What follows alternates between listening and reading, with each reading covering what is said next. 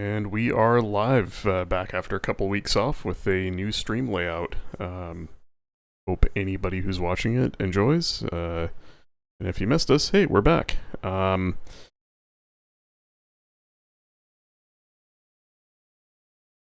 our last session, the party prepared for the dragon's arrival atop the fortress on Icespire Peak, setting fires, repairing a ballista, and somewhat unsuccessfully parleying with the resident kobolds beneath the keep.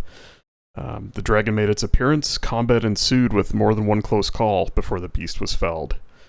So as we begin this week's session, 6 figures stand around the scaled beast's lifeless form, surrounded by the shattered stone of the keep's bridge.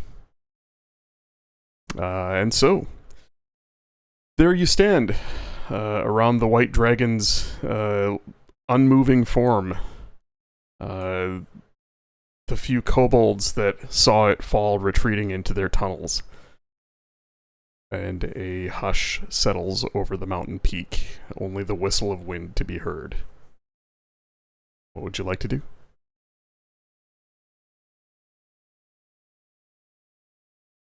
Well, that's right. It fell on the bridge and it broke, right? And it went down to the kind of like the alleyway. Okay.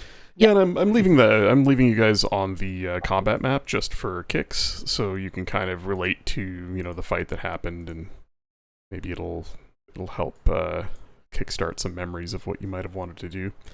If you'd like to explore, if you have any questions about the place, there was a list posted of what all is in the place.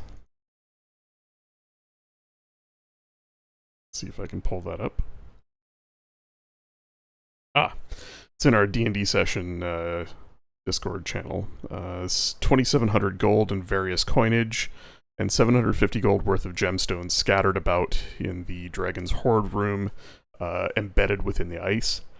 Retrieving it would take a considerable amount of time, perhaps a couple, 2-3 days, to melt the ice via conventional or magical means.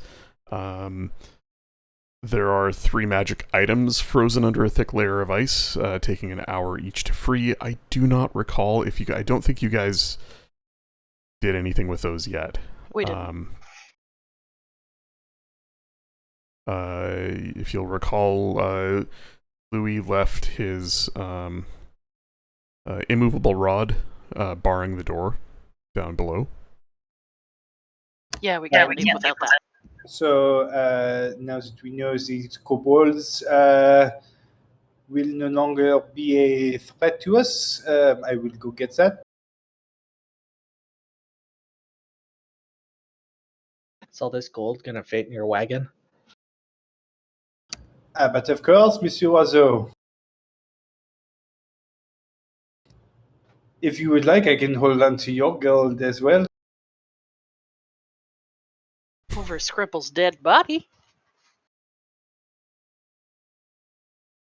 If anybody does not want their gold, I will be more than happy to carry it for you. Louis, you took a fair amount of damage in that combat. Would you perhaps want to sit and rest for a while before we do anything?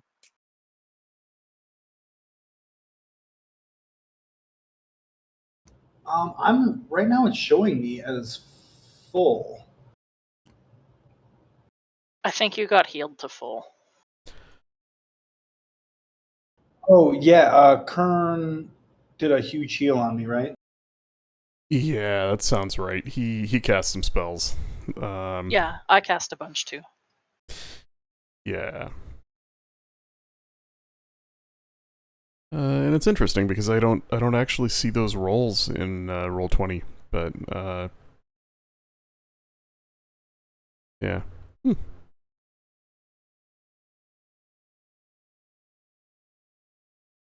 Weird. Yeah, there definitely was some healing after the fact. I don't recall what it was. At this point, I'd say going a little meta here. I don't have anything else planned, and I really don't want to. I'm not one to throw random combat at you guys. Obviously, if somebody goes and pisses off the kobolds, anything could happen. I do still have, a map full of kobolds just in case. Mainly because I haven't deleted it, but if you wanted to go ahead and, take a short rest, take a long rest, entirely fine.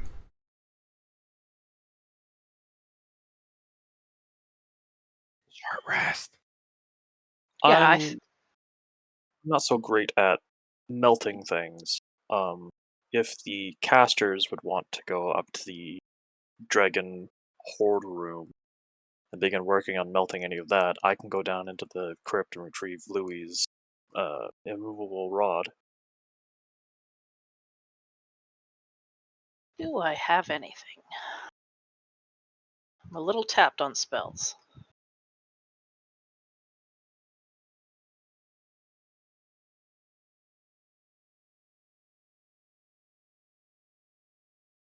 We have some fire that I can use.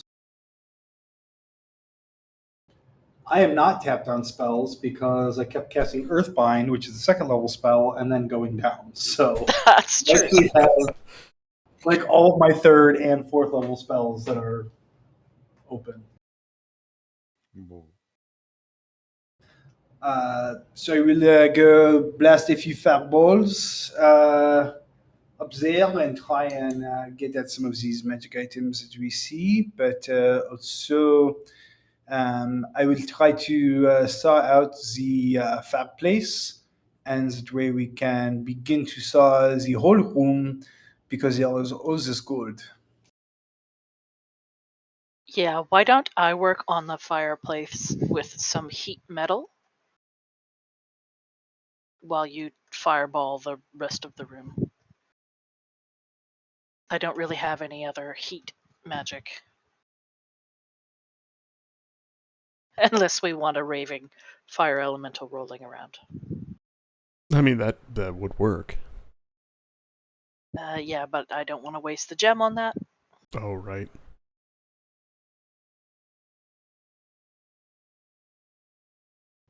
Oui, that sounds good. Actuellement, would not heat metal be better on the gold and magic items?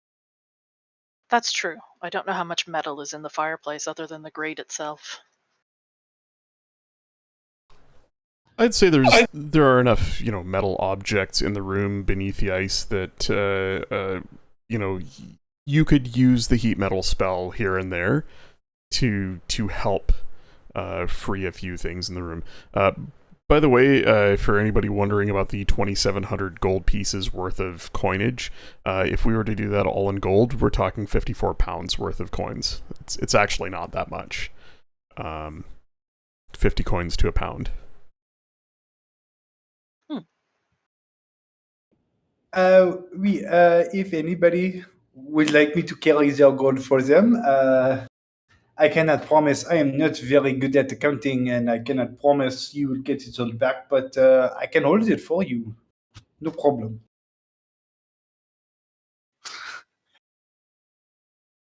Lynelia's just going to head into the room and look for the biggest piece of metal that she can find in the ice.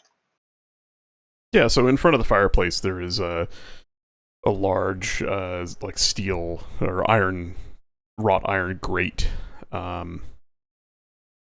That would probably be a good start. It would radiate a fair amount of heat and melt the ice around all around it if you were to heat it up. So there you go. We can fast forward all of that and just say, with the liberal use of spell slots, of any heat or fire based magic, would definitely speed the process up. You'd be able to free the 3 magic items in the course of the afternoon, and the majority of the excuse me, hang on just a sec.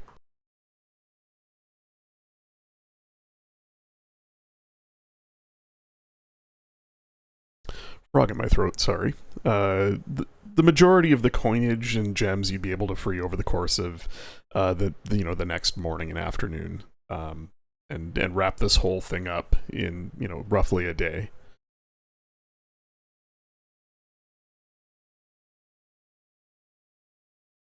That sounds good. I'd say while Louis and Lunalia, and potentially Scribble if he goes up there, while everyone, like all the casters are up there thawing out the ice, Rogar would probably work on trying to get parts from the dragon.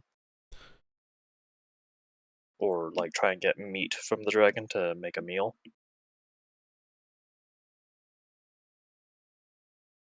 Yeah, once Lunalia gets the heat metal going, she'll go back and help because she wants the dragon's skin. She's got a lot of experience skinning animals, butchering them. Other than Louis' ego, is anything else visible, like scar-wise, from the dragon's breath?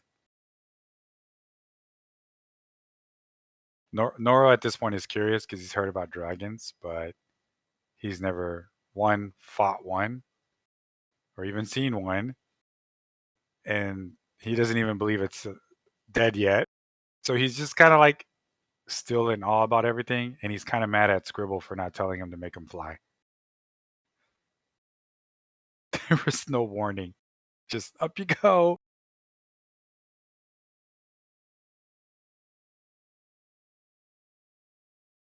No, it wasn't like that. You have the option to fly. I just assume it threw me in the air, so that's how I did it. Imagine it's something along the lines of, you willing yourself into combat, him casting the spell on you, and you suddenly, leaping towards it through the air, somewhat surprised, but it was your own will that propelled you towards the dragon. Nice. Okay. Yeah, it's kind of okay. It gets hand waved, but it's really cool that that you're thinking in RP wise about you've never flown before. Just because the spell is cast on you doesn't mean you wouldn't find it quite strange, right? Yeah, that's cool that Noro's thinking about what the heck was that? right. He's all massively still. It's all new. Like all this is happening. Yeah, but he was curious, like, how did the little gnome survive that giant breath? And but he wants to like observe what's Easy. going on. He didn't. He died twice. It was not very fun. 0 out of 10. Do not recommend. Rogar, if you're going to get to work on carving up the dragon, Kern will help you. He walks up next to you and draws a rather large knife from his belt. We gonna eat this thing? That was the plan, yes.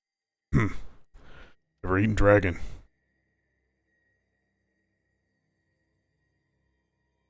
Hey, I'm gonna try something. I don't know if this is gonna work, but I imagine you're gonna want to take some parts. I don't know much, but I know there's some bits and pieces here that are worth something.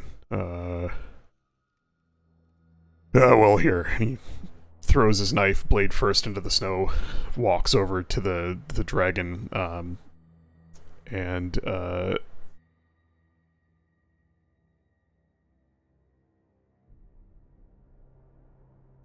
grabs, pulls a couple coins from a pouch at his belt, sort of awkwardly places the coins over the dragon's eyes, kind of more on its brow ridges above its eyes, utters a short prayer, places his hand on the dragon's snout, and then turns around and says, I did a little thing there. It should keep the corpse from rotting for a few days. I don't know if it'll work if we carve it all up, but little something to help. That'll be handy, thank you. He casts the spell Gentle Repose. Duration of 10 days. The target is protected from decay and can't become undead. So yeah, Rogar would get to work on carving up the dragon then. I don't think the spell will hold. One of the requirements is the coins placed over the corpse's eyes must remain there for the duration. Like, you're gonna cut the thing all up. But, you know, he trying to help. Well, we can tape the coins to his eyes. Yeah, just tape them there or something. Staple them. Some glue. You know, I imagine if the corpse is desecrated, it cancels the spell, though, right? Like, if you cut it all to pieces, you know. We're not desecrating it. We're just cutting it up. Uh-huh. Those kobolds are going to steal those coins. By the way, I did a bunch of reading on, I think some of us talked about this, but I've done a bunch of reading on, aerobic and anaerobic decomposition, and as well as, what exactly is a bag of holding, and a bunch of internet musings on thermal transfer between extra-dimensional, pocket dimensions. I think it's safe to say, given that a bag of holding is an extraplanar space that has an atmosphere, breathable atmosphere, 10 minutes worth of breathable atmosphere, and there's no real rules about refreshing that breathable atmosphere other than, it's not a one-time thing. It stands to reason that both the atmosphere within the bag and that atmosphere's ambient temperature would normalize or equalize with the space outside the bag, were the opening to be left, open for a little while. At the same time, it would not hurt if you were, putting something in that bag of holding that you needed to keep on ice to actually pack it in ice before placing it in the bag. That would be, a much better guarantee that, let's say, if you harvested this dragon's heart, for instance, and stuffed it in the bag of holding, that it would remain cold, days later when you retrieved it. Furthermore, are you saying that you would put the bloody pieces of this dragon with my books? Yeah. No. We can wrap the parts. We can wrap them in the skin. But yeah, from a technical perspective, individual items placed in a bag of holding, I imagine they're all together in the same space. So if something were to, melt or rot in there, it would get all over everything.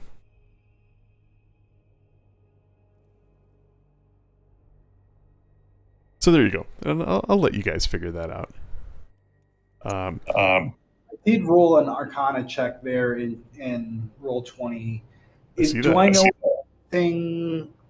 any pieces of dragon that could be useful for my needs, for arcane needs at all? Yeah, absolutely. The 27 is more than enough to intuit that. So one of the downsides to killing a dragon this small is, typically the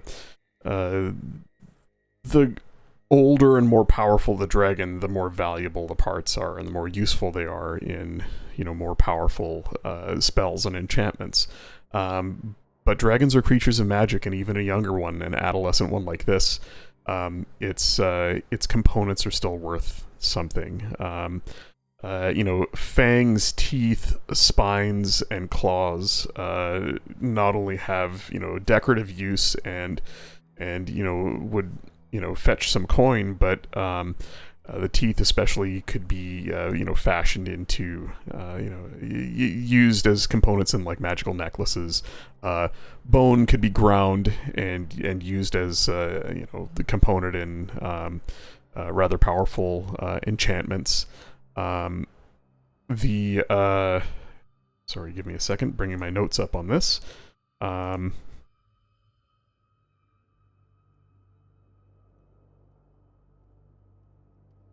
Oh no. No, why? Oh, there it is. Sorry. The heart would bring significant coin if sold to, the right person who knew what to do with it. There is the potential that you could use it in, a rather powerful enchantment to create a magic weapon or item as well. The gizzard brings some value. The eyes liver. But there is something, and with your Arcana check, required a DC 20 to even really know about this. It's something called a Draconis Fundamentum. It is the source of the dragon's breath. It's an organ of sorts that is steeped in magic. Yes, and the balls. The Draconis Fundamentum is an organ of sorts that's steeped in magic, and it is the source of the dragon's breath. Hard to harvest, dangerous to handle, but possibly the most powerful component within this beast. Fancy. They carve up the things that they want to carve up. I'll see if I can't get with Lunalia and see if we can't figure out where exactly that is and how to harvest it. Mm-hmm.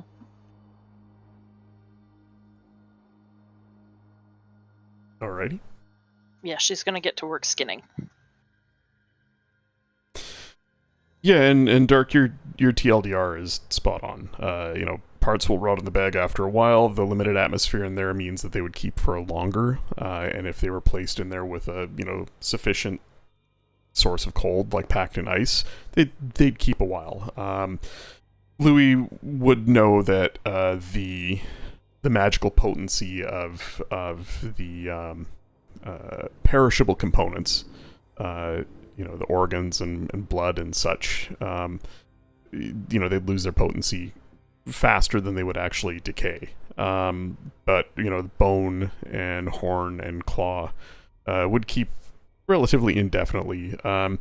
Also easier to harvest, claws and fangs and such than it is to harvest soft organs.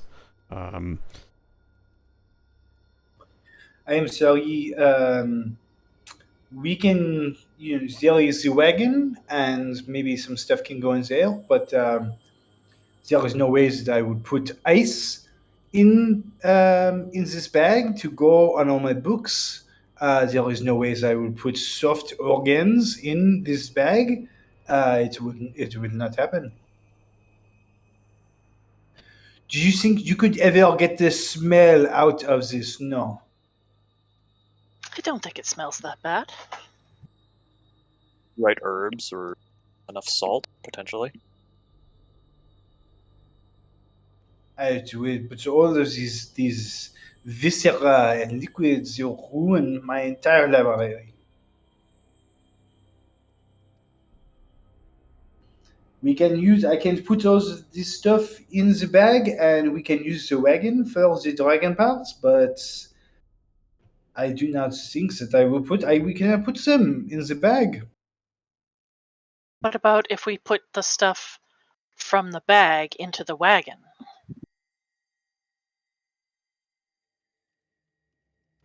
Oh, but there is so much in the bag. Well, your wagon seems to be able to hold everything. You don't think it will fit?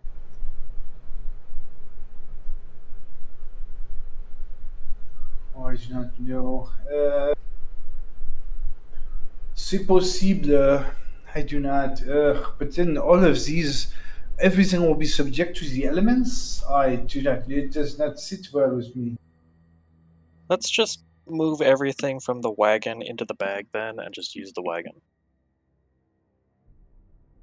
Agreed. That's a long way back to town, you guys. I don't know how you're going to keep it cold. I'll freeze it every day. Or we could just teleport. That too. We would just be in town. You can do that. I don't think there's anyone in Phandalin that will buy most of this. Louis, did you have anything in mind specifically about these? There's some parts in here that you could definitely make some stuff out of. Just not certain if you had any designs in mind. or any magic items in mind. I guess I should say, if you had any rare magic items that thematically lined up well with dragon parts, or anything related to elemental cold magic, that sort of thing, we could potentially work something out where if you wanted to craft something.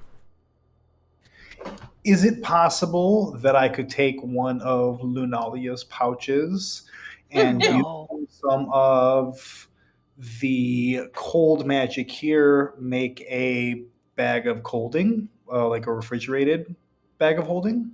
Interesting. Especially with the dragon here, source of magical cold. Yeah. Give me a second here. Do you want to maybe just use the part of the dragon hide to make it? Wouldn't that help? It coming from a cold creature? Oui, but does not it take a long time to tan a hide to be able to be usable? Not really.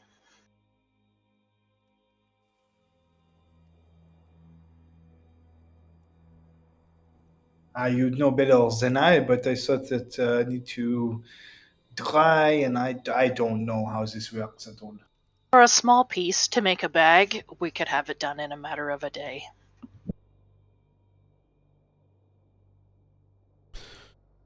The party some time ago, perhaps before Louis joined, obtained a book with designs on enchanting up to, I believe, rare magic items.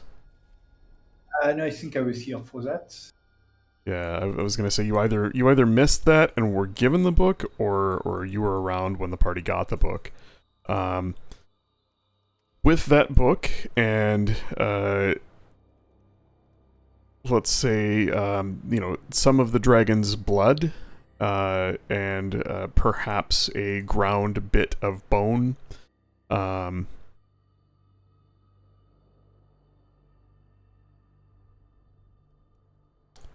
You would be able to create a bag of holding that is perpetually cold.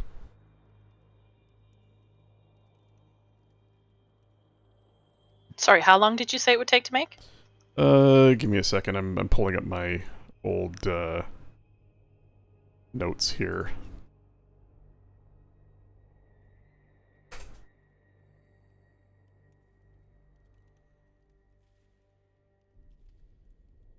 Well, I mean, until then, until you find out, can we say that we've just, we've butchered the thing, we've skinned it, we've harvested teeth, talons, scales, and that Mhm. Louis and Lunalia can get to work on getting whatever that special part is? Yeah. Why don't we have with Louis directing and Lunalia, Kern, and Rogard, doing the actual butchery. Lou, if you want to make a let's see. If you wanted to make a Arcana check, and if let's say Lunalia and Rogar wanted to make a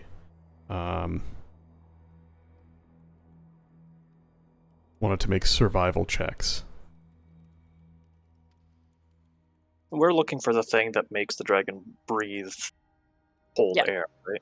Yes. Would me being a dragonborn and roughly, I guess, knowing where my, breath sac is, would that give me advantage or no? It would give you advantage. Sure. Where exactly is Rogar's magic sack? Well, I'd imagine by the lungs. Yeah, or in the throat somewhere. Yeah. Nice. Well, there's a natural 20 for a 24, and the DC is 20. The result of the Arcana check would have also given advantage were it higher. as you begin carving this great beast up, leaving a lot of the easier, less perishable things for last, delving into its rib cage, hacking into bone and prying open the cage, and you find the heart, you find the liver and gizzard eventually, and deep within there is a source of incredible cold. Rogar, you conjure memories of every time you've used your own breath weapon, and focus on that spot, sort of deep in the upper back of your chest, where you feel the air rush into when you inhale just before you exhale, using the weapon, and you think about where the source of that intense cold would be in this dragon's body, and you feel it with your hands as you delve into the viscera within this creature. You touch something, and there's a intense spike of cold in your hand. You take, let's see here, 12 points of cold damage. I think that's halved for you. Yes. As your hand comes into contact with something that is so intensely cold. Hang on. Would the breastplate wouldn't do anything, would it? It is halved again.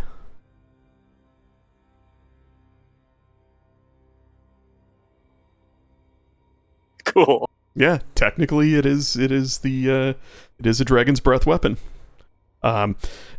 The cold stings and you withdraw your hand expecting it to be much worse than it was, and it's not. There's just a rime of frost over your fingertips and claws. Carefully with the blade of your carving knife, you pull aside the viscera and you find a bluish-white organ. Roughly the size of your torso. It's quite large. Elongated, spherical, and it has sort of icy blue veins spiderwebbing across it. It seems to be, connected to this beast's gullet.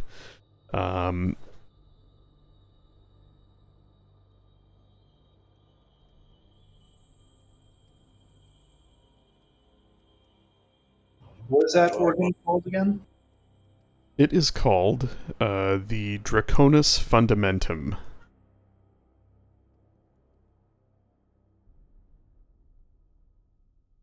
I will carefully pull that organ out then.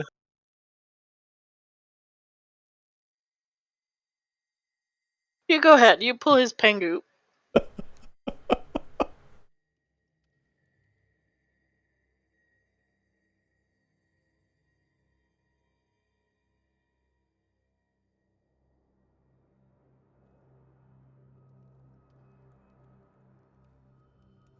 So we managed to get it out intact? Yes. Yep, thanks to that roll. Okay. I will roll everything up inside the dragon hide. All right. You continue butchering the dragon up with the 15 and the 24. Let's see. What's the easiest way for me to do this? Should I just post it in our D&D session channel there? Yep.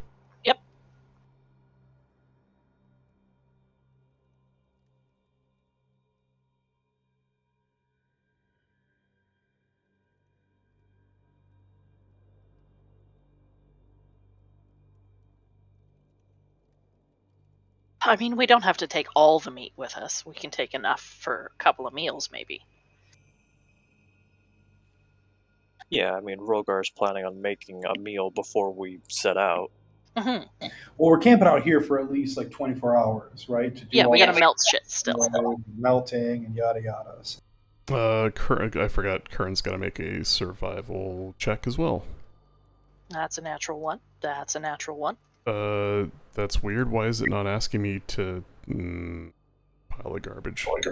He does not survive. Good night, Kern. No, I'm not counting those rolls because that was just me clicking, trying to get new computer, and settings did not come over in my Google profile. Hang on. There No, we go. that's 2 crits. That's 4 deaths. Yeah, Yep. is dead. There we go. You roll Okay. 2 different ones in a row, and you're just choosing not to count those? Huh? I just died. There we go. No, I wasn't clicking to roll. I was clicking to get a dialog box, and the dialog box wasn't coming up, so I kept clicking.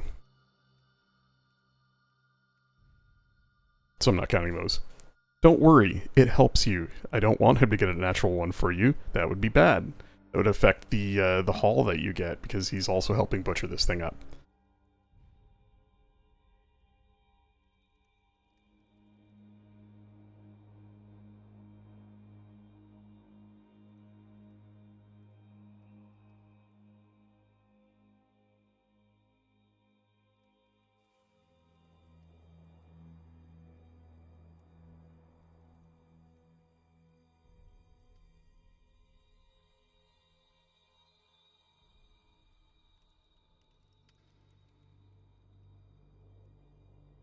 Can't believe we're gutting this thing. Young dragon. If we hadn't, it would survive to be an old dragon and be much worse.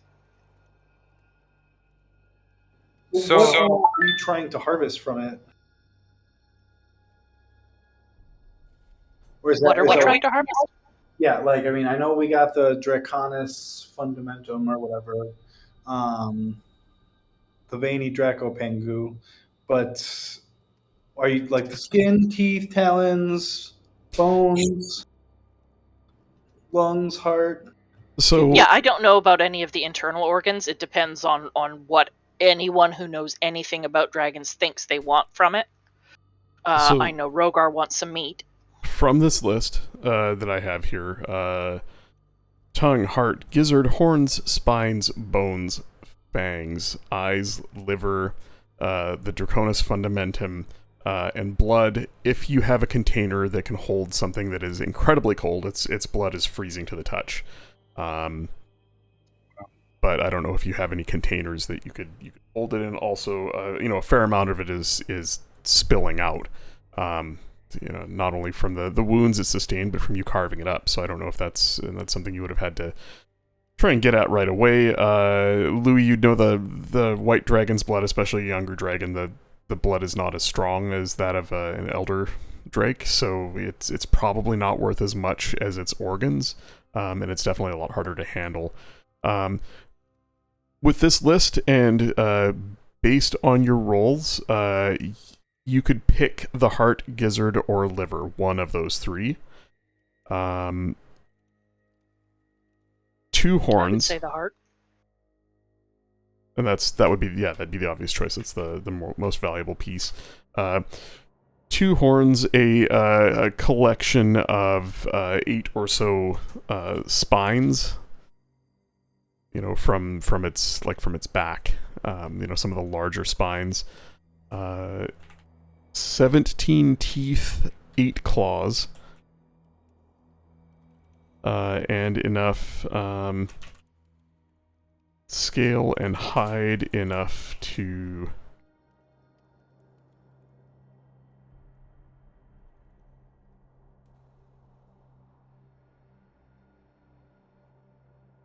so enough scale and hide, you imagine to craft probably a full suit of leather armor, or leather and dragon scale armor, with some to spare.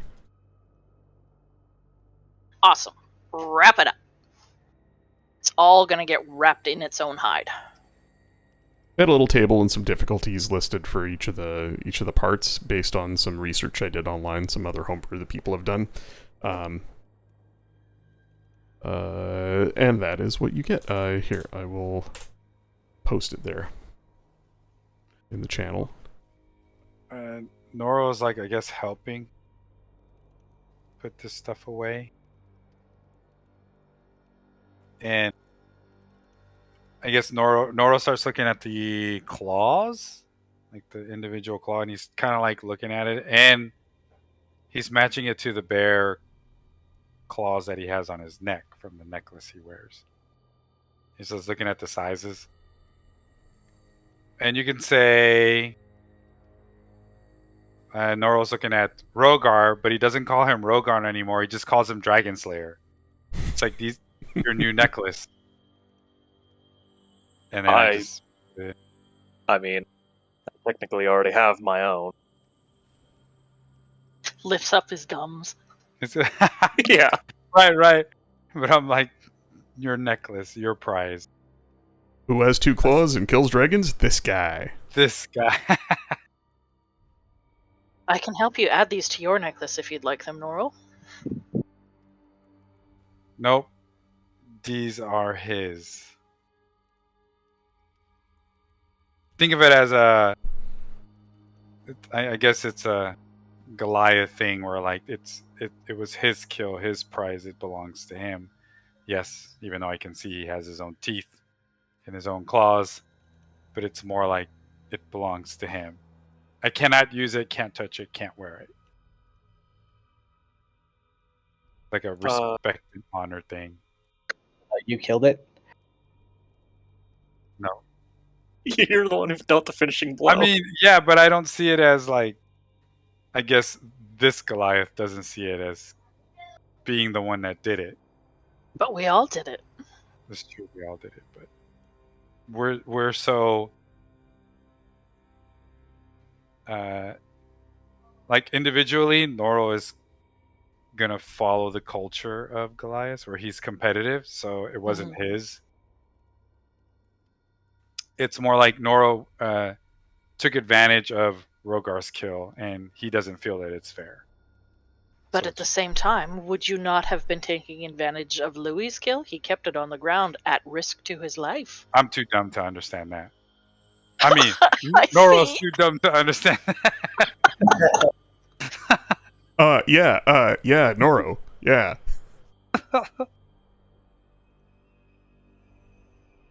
Rogar will, I guess, take the what was it, the claws or the teeth, The claws.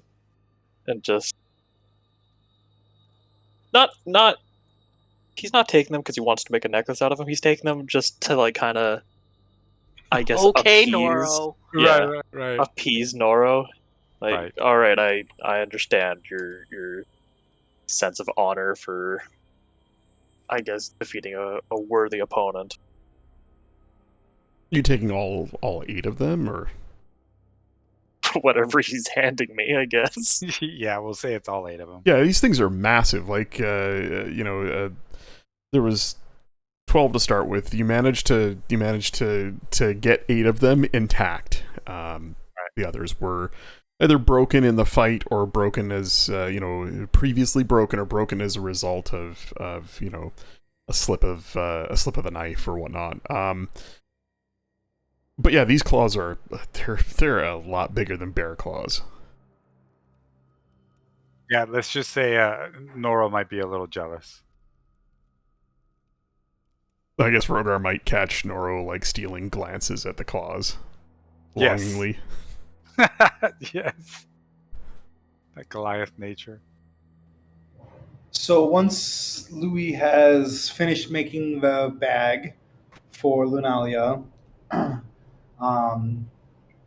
then he will go back to working on all the gems and all the magic items. Some of these magic items are pretty rad. Is anyone interested in any of them? We have a Ring of the Ram, which sounds like a Noro special. We have a Scimitar +2, which +2 is pretty rad. And then this Stone of Good Luck, which I might be interested in the Stone of Good Luck. But if anyone else is, I'm open to that too. I'm assuming all 3 need to be attuned. That's what I was saying. The scimitar, I think, is just a +2 and doesn't need a attunement. Correct. Yeah. Correct. The part does not need attunement, but the other two do.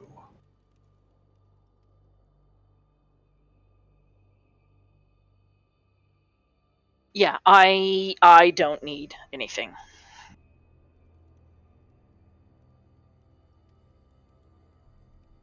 I'm not interested.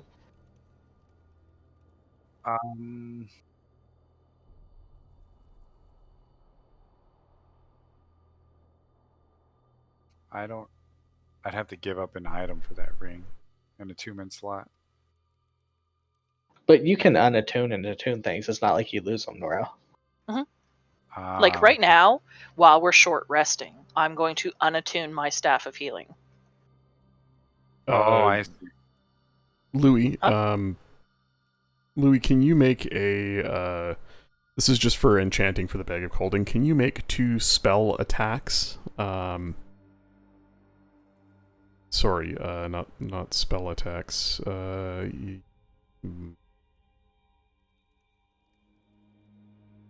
It would be your spell attacks. Your spell casting.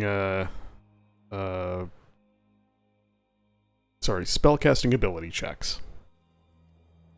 So I guess that's that's 2 intelligence checks. Is that right? Yeah. Well, am I adding a proficiency bonus to it? I'm trying to figure out from my old rules here what I'd done. Here we go. Sorry, spell attacks. My bad. Yeah, they are spell attacks. So yes, proficiency. Fuck that piece of hide up.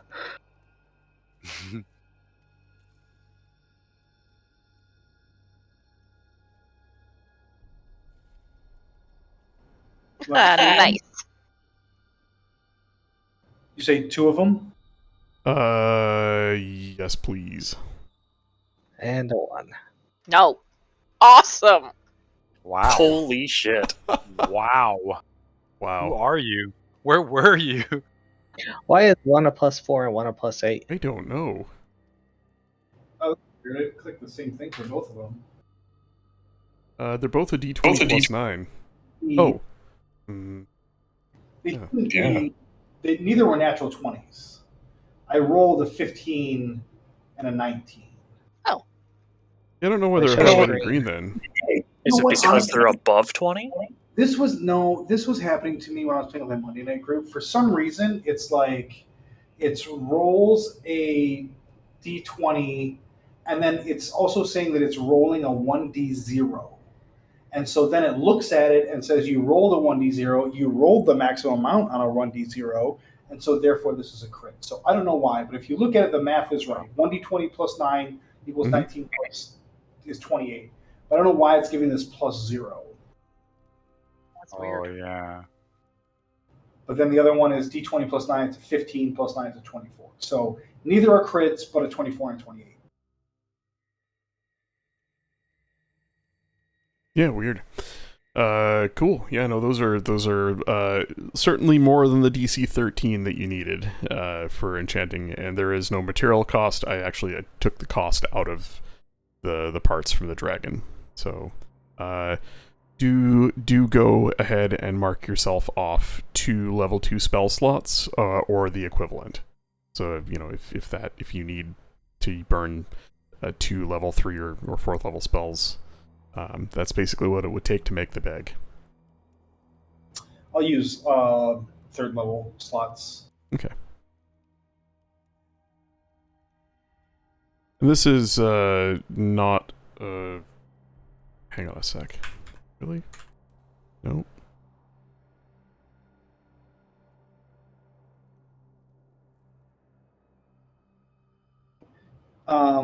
Also,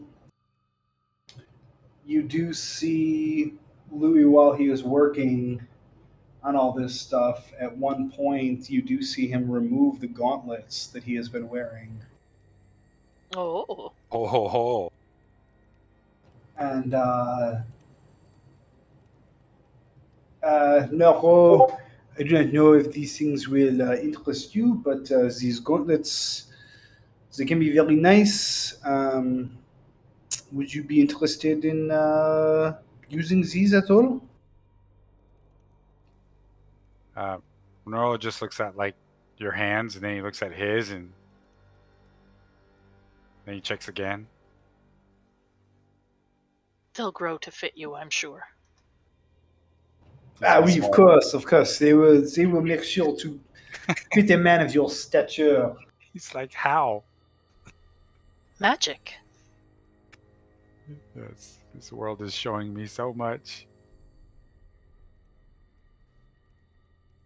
But with honor, he accepts it. Like, thank you. Hot damn, you gonna be strunk.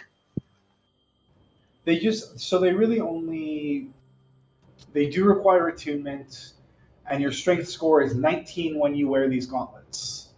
So they'll give you a boost, but it's not like a plus something. It's just there is 19. And they're called gauntlets of overpower. Nice. Okay. What is your strength right now? 17. Nice. So 2 points extra is gonna be really nice. So yeah, that'll give you an additional +1. Yep. Oh yes.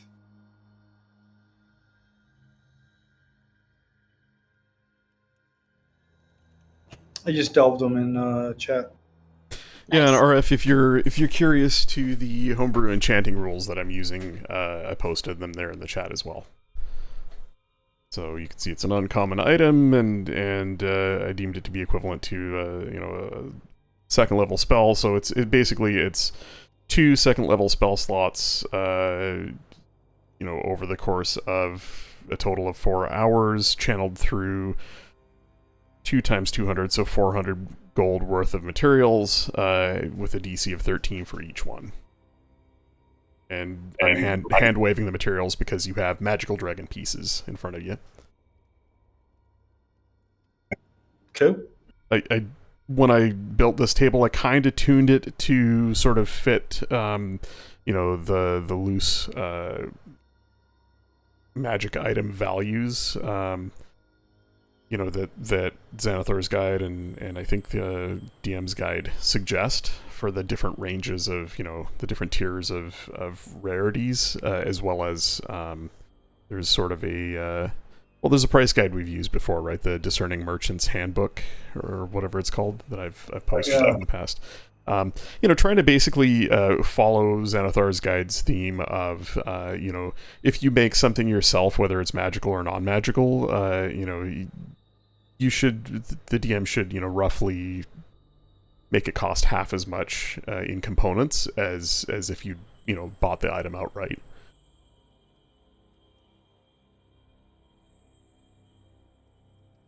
Anyway, there you go. It certainly could use some tuning, but that's sort of a rough making magic items yourself chart that's a little bit more detailed than what's in Xanathar's guide, which kind of leaves a lot up to the DM. So thought I'd make a little table for it.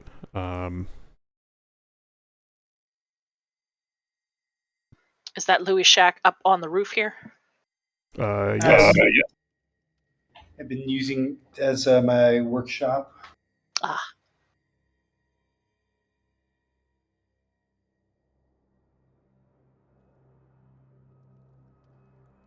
And I don't think there is a magical item for Bag of Colding on D&D Beyond, but you could just give yourself another Bag of Holding and add a note to it. That's easier.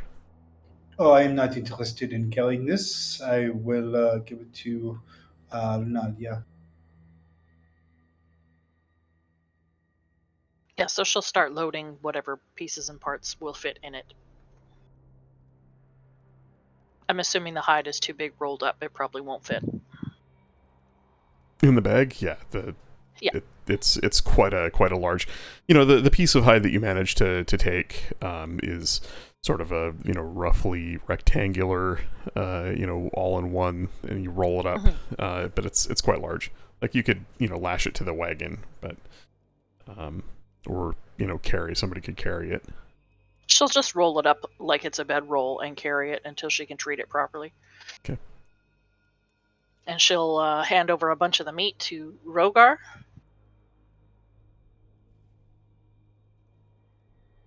Okay.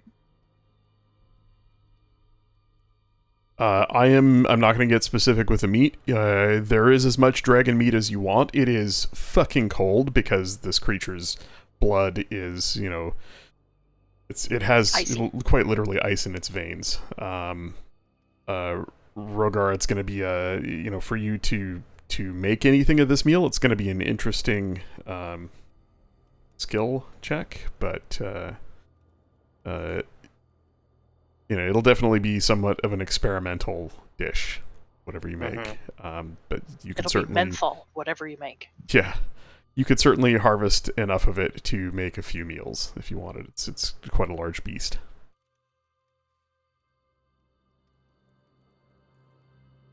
What time of day is it now? Oh, evening, I'd say. Okay. By the time you get all of this done and Louis enchants the bag, yeah, I'd say nightfall. Stars twinkle overhead as thin wisps of clouds stream off into the distance. The cold wind turns colder as the sun sets, and a collective shiver runs through the party as night falls. Kern seems to not have any problem with staying the night here, but he does turn to you all and say,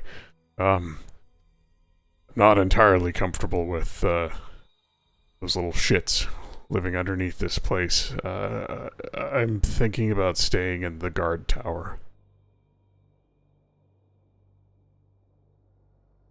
Maybe a bit safer. Yeah, we could do that. I mean, the front door is... We'd maybe have to barricade that. They seem to worship Rogar now. I'm sure we'll be fine. Yeah, speaking of things that are unsettling, that's just weird, man. It's not like I wanted them to do it. I just did it as kind of a sign of... Please don't try and kill us in our sleep. Yeah. You gonna cook that meat? I will attempt to. I've never cooked something like this before. Well, I mean, there's what's left of a kitchen in this place, so we could climb back up there and... Why don't I do that? I'll go see what I can find. Probably nothing edible left, but, some pots and pans and such. Maybe some wood. And so Kern goes off to gather whatever he can find from what's left of the kitchen and the raided pantry. You manage to collect the magic items and some of the gold from the ice, with the rest of it on your agenda for the next day. Evening turns to night. Rogar, if you wanted to make if you want to try your hand at cooking that dragon meat. Yep. Fuck. Just survival check, I guess. I suppose. Give me a sec here. Maybe there's a better. There really isn't a better check for cooking. Yeah. Survival. And just like a flat survival check. Yeah. Damn. The rest of you watch Rogar for a time. Night's fallen, and I imagine most of you have congregated in, perhaps a common space, inside like the Barbican in the guard tower here. There is a hearth there. While the front doors of this place are wrecked and stand open, it is around two corners from that, so the whistle of wind is off in the distance. And there are, windows all around the room where you can see all about you. It's a relatively safe space, and it is far away from where the kobolds come up. you watch Rogar slicing strips of this great lizard's meat and salting them, trying all sorts of different things. And Rogar, you're pretty sure that this meat, salted and cured, would probably be better than eaten fresh. But curious to try it, you experiment with it, and it takes some time because the meat is almost supernaturally cold. Like even once you start a fire and the room warms up a bit, the meat remains very cold to the touch. As if it had been freshly removed from an ice box. You end up finding that that exposing it to flame, to high heat, actually causes it to crisp and curl very quickly. And you develop a method wherein you cook it via indirect heat. At a very almost just above room temperature almost. The meat does brown up. There is a sharp smell to it, but it's a pleasant smell. And with that 20 you rolled, after a few attempts with a few small strips of it, you are confident that you can prepare this meat. And so you set to preparing a meal for your friends. If you want to describe it, great. If you don't, I could make something up, or we could just say Rogar cooks a fine meal and it is enjoyed by all. Well, I legitimately looked up like if snake meat was poisonous, or like what does reptile meat taste like. Tastes like chicken, apparently, according to a lot of people. It's grainy because of like the low fat content, and I imagine the dragon probably wasn't very fatty, so it might be a little bland. So yeah, there'd be a lot of probably spices and whatnot thrown in.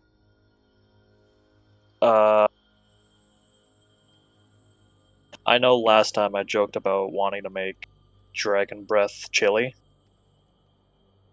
and I still might do that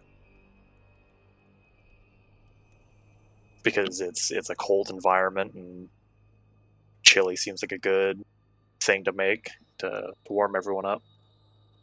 So I'd probably do the meat first and add it kind of as like a secondary thing to each bowl. Like prepare the meat on its own, then add it.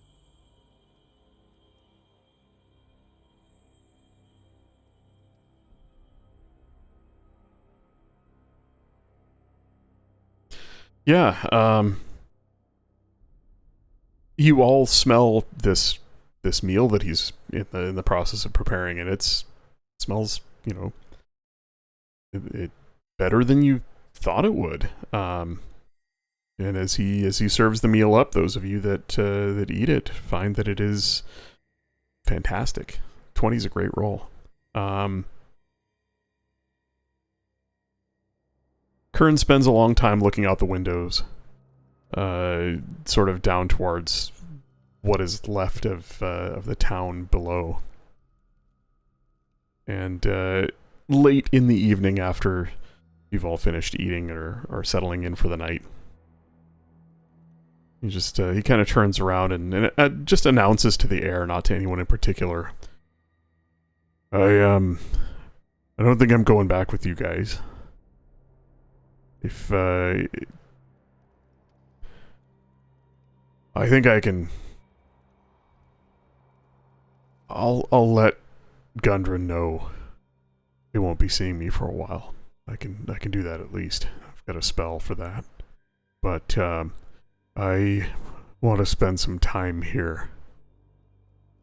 Didn't really get a chance to properly bury anyone. We left in a hurry. I don't really know what all's left. But whatever I find, I'd like to give them their last rites and make sure that they're taken care of. I hope that's okay with you guys. I I understand. think that's fine. Could maybe use a little extra food if you could spare a few days of. I'll be fine. Don't worry. I'll be all right. Well, I we imagine- could just cure more of the dragon meat. Yeah, I was gonna say. I imagine Rogar would probably write down like his methods of how to prepare this. I mean, there'd probably be a lot of scratched out notes of how to prepare it, but like how to prepare it properly so it's at least edible. And he would give it to Kern. Like, there's plenty of meat left on the dragon if you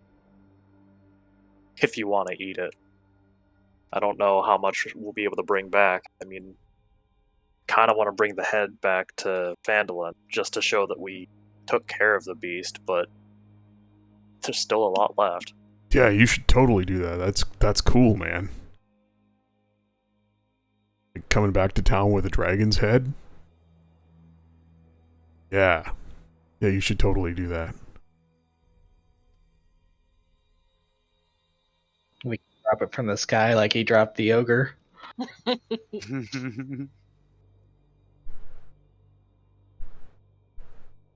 you gonna fly up and drop it down there, Birdman?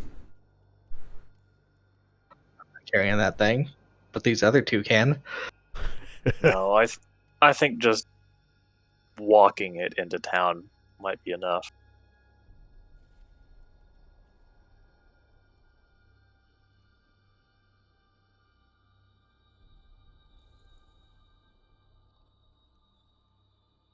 It's also a good way of giving the townsfolk some peace of mind. Those that are still afraid that it might come back.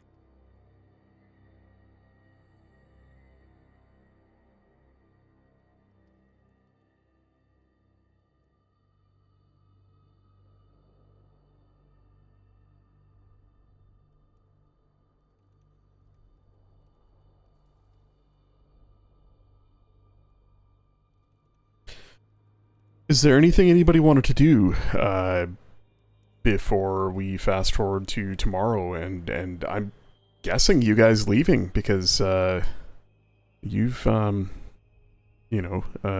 midday you would have finished looting the horde, and there really wouldn't be much else left for you in this place. Rogar would make sure to go get that immovable rod before we leave. I already grabbed it. Okay. It's like a symbol of the tribe or whatever of Kern's people here. Yes. Hang on a sec. There is.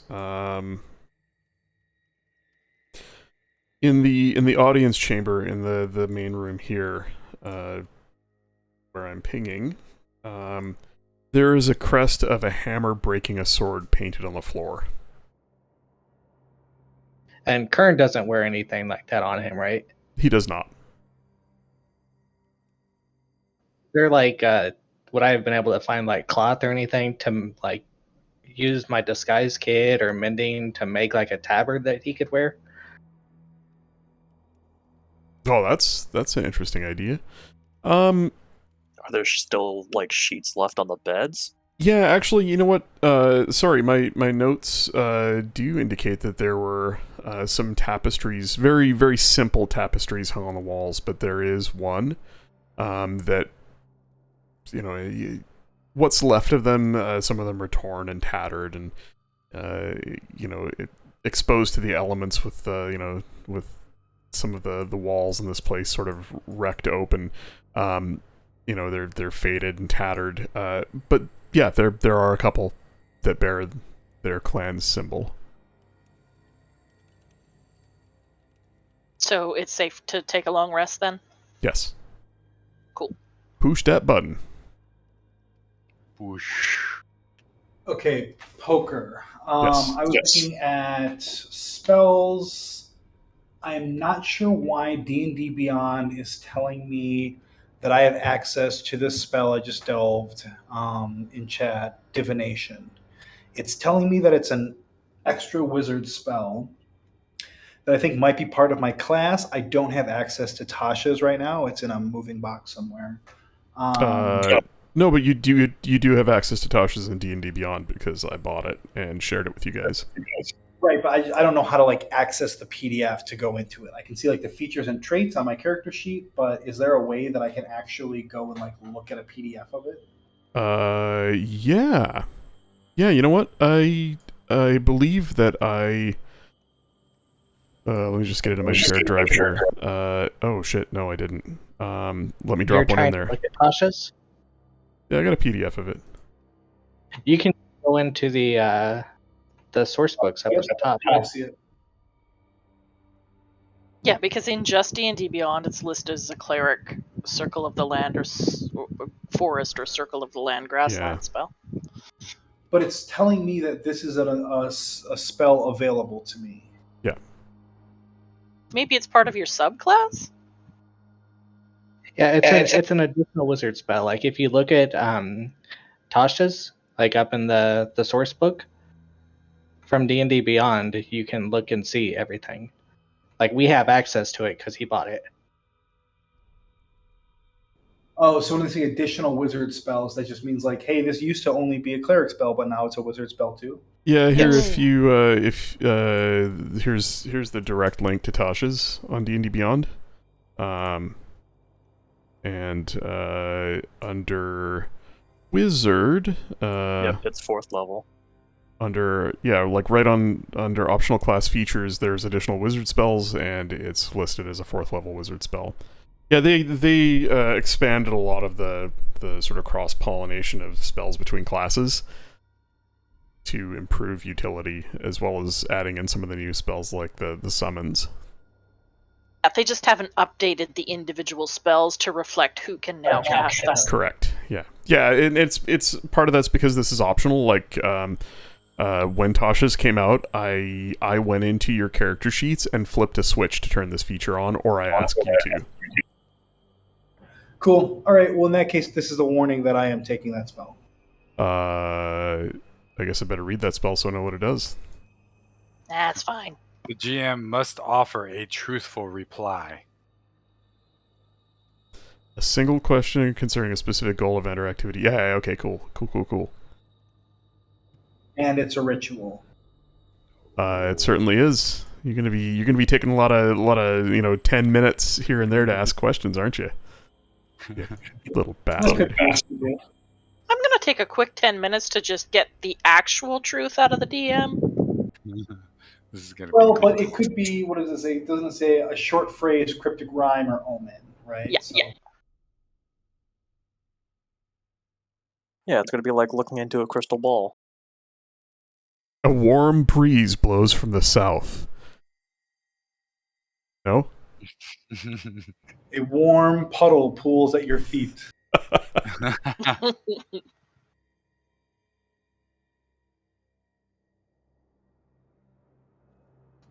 And then also, Are you just now leveling up, or? well, I leveled up, but I realized I didn't select spells, so I got one and a different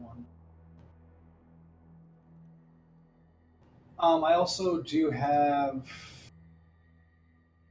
There's another item, a Pearl of Power, that I will no longer be attuned to. If anyone else is interested in a Pearl of Power, Scribble or Lunalia. That's just an additional spell slot, isn't it? Under 5th level? 5th level? Kind of under third. Hmm. I am not.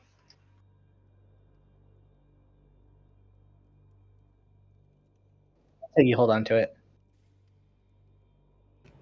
What was that, Lucid? I would say hold on to it. All right, I did equip that Ring of Evasion after, Dragon's Breath dropped me 3 times in one combat. I figure maybe actually Ring of Evasion might be useful. So. Wizard's best friend.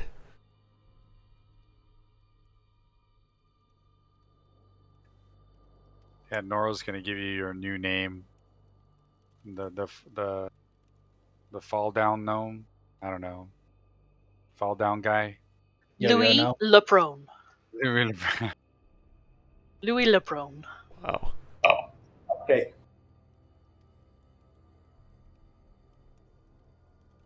I love it. He's like one of those inflatable clowns that you punch them and they fall down, they pop back up.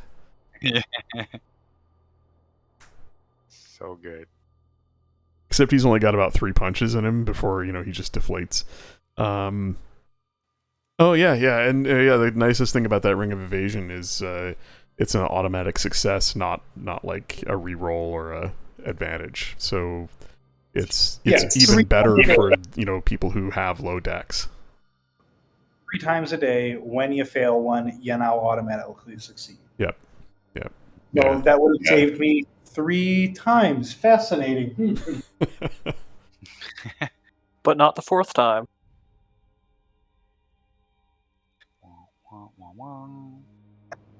And then also poker, as we discussed, I'm going to use the rest of my time here to finish the work that I was doing on the wagon to make it fully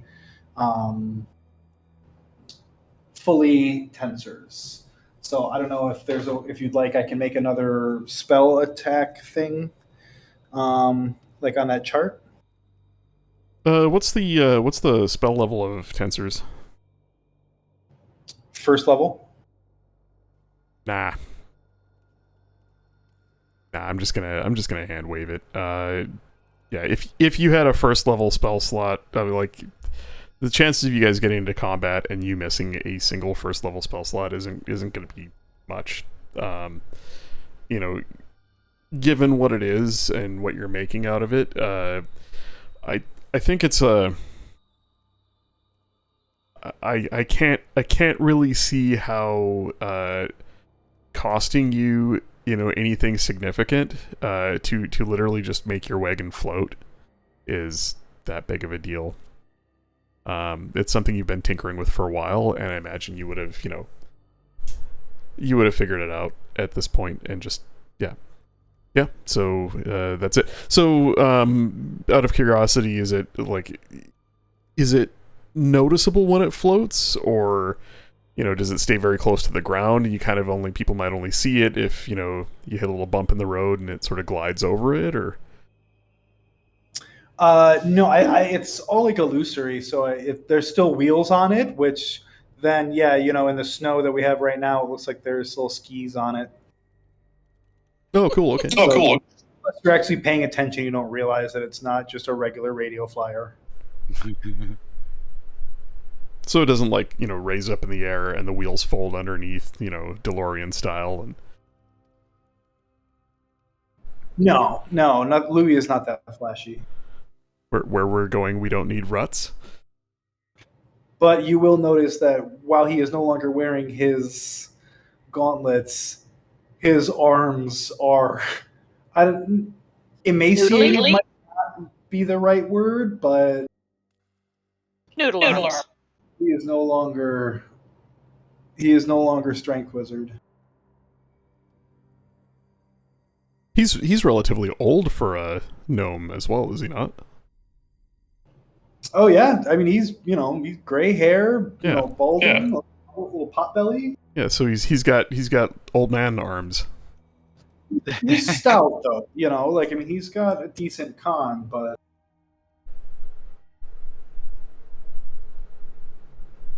he's just a hair under 200. And what a full life he's lived. And at 3 feet tall, he is quite portly at 42 pounds. I can retcon this if it helps, and roll back to the previous night, if you all wanted to charge up the Bloodstone gem that holds the I think spell. it already has charges. I think it does, but I don't recall. I just had two. unattuned it, but I have since reattuned it. Okay. Well, if there's nothing else that you'd like to do here on the slopes of Icespire Peak, Kern wishes you all well. And Rogar, he pulls you aside and just says, "Hey, hope to see you again, man. It's been good working with you. I don't know about the others. I guess they're alright, but I get you.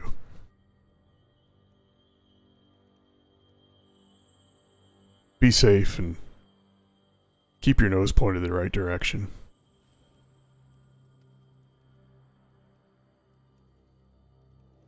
I'll see you around.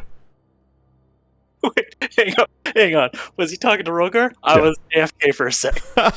Amazing. Oh, because yeah, and it's funny because I thought maybe you were talking to Louis, and when he said have your nose pointed in the right direction, I'm like, is he talking about his nose? Is he being rude? Is he being rude? Is he? What is this?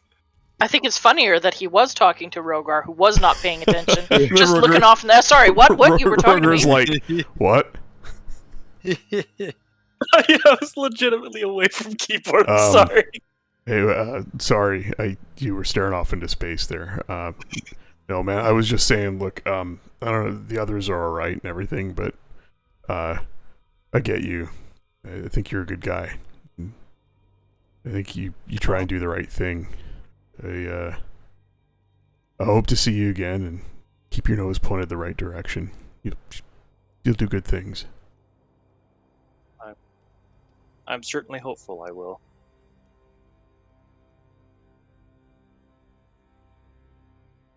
Yeah, and don't worry about that guy. I'll do what I can about him.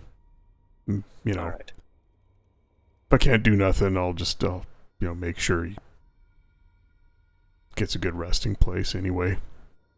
So, yeah. Well, because we didn't take care of the kobolds here, and I don't think we'll actually take care of them, I don't think it would be a wise idea of having your clan come back to this place. Not to mention, the painful memories. Well, I don't know where Lotrock took him, actually. But, he kind of made it clear to me that I, should get out more. And, maybe go try and make a difference in the world. I don't know what that means yet, but I'm figuring it out. And, I think making things right here with this big lizard was a good start. At least, It definitely helps. well, at least it won't bother nobody else, right? That's the important thing. It's not about vengeance. It's about making sure this doesn't happen again. So, Right. yeah. Well, yeah, those kobolds are little shits. I'm not sticking around here. I'm gonna go back down to the town and, camp a distance away and see what's left. Bury who I can find. Take care, man. You too. He just Okay, kinda, bye. He just kind of he looks at the rest of you and just nods. You guys did a good thing for my people. Did a good thing for others that dragon would have bothered. Well, see you around. Just kind of turns and starts walking off. Die, you've got our mace. Oh, Keep it. hey, Keep it. no, seriously though, do you guys think Deebs will want this? Because he can totally have it. Little guy, doesn't, kind of racist, that guy. I haven't seen him in a while. I don't know. I hope he's doing okay. Oh, that's good. I think you it might be burned it, better Vern. in advance.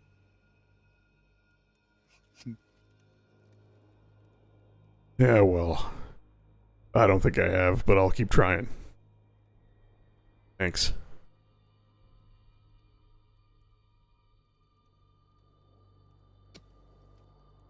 Bye, forever teammate.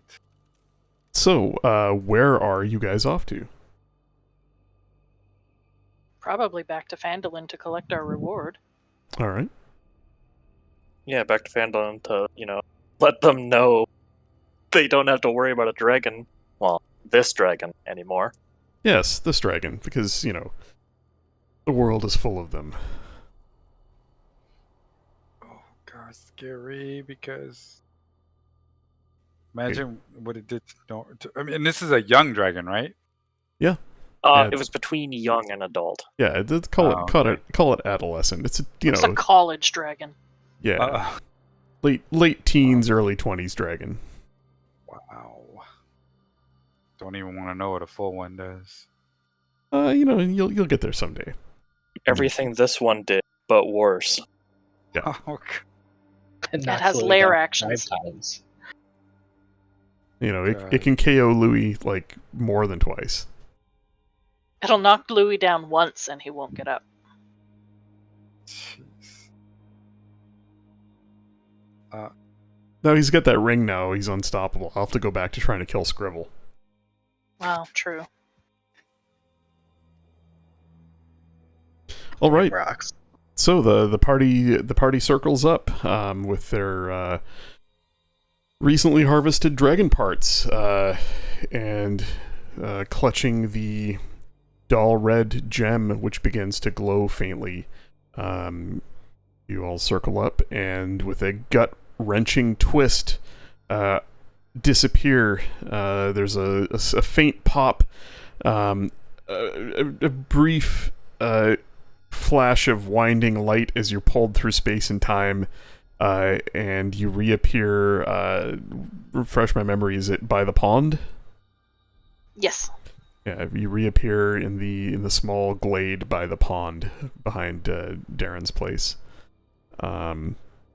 The sudden change in temperature is a little nauseating, perhaps, with the sudden spatial travel. As you find yourselves, facing a warm summer's morning back in Phandalin. A few clouds high overhead, a warm breeze blows, and that's going to be a hot one.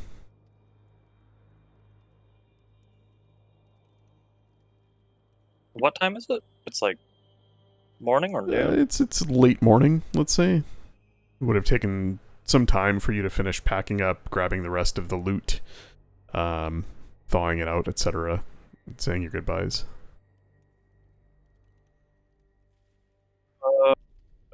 Dark, are you running audio, or do you want me to switch the sound? I'm looking right at it. No, I can run audio. Okay.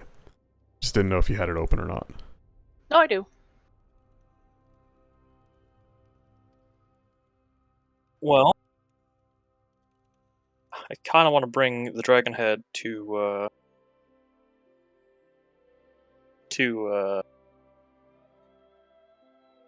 oh my god, I'm drawing a blank.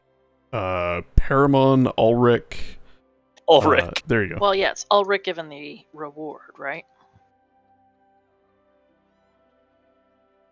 Yeah, so Yeah, I it's want. like head, isn't it?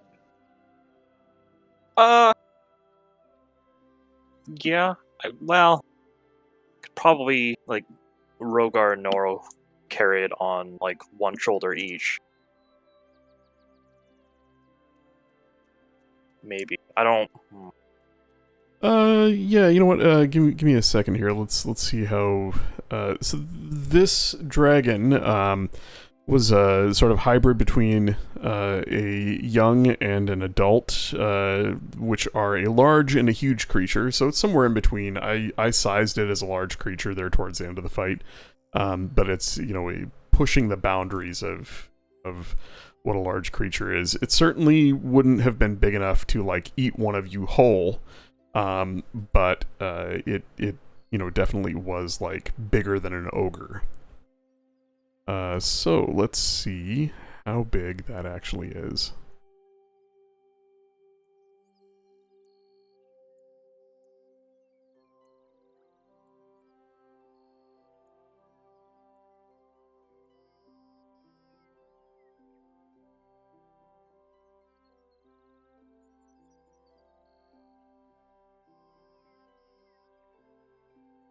Oh, actually, here's a really cool one.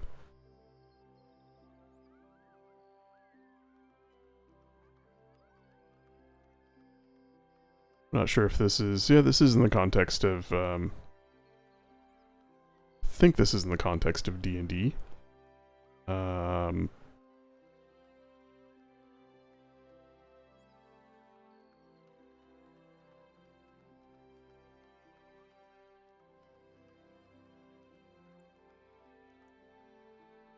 So, like, I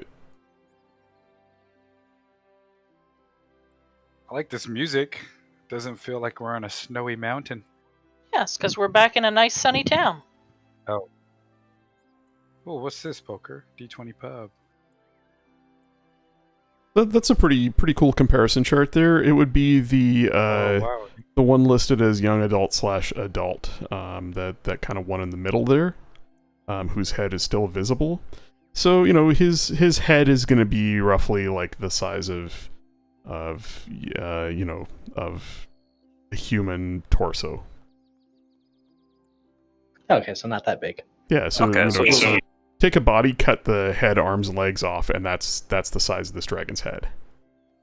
Okay, so Rogar could basically carry it on his shoulder then. Yeah. Like just like a giant barrel. You know, its claws are like here's a got another really good one here.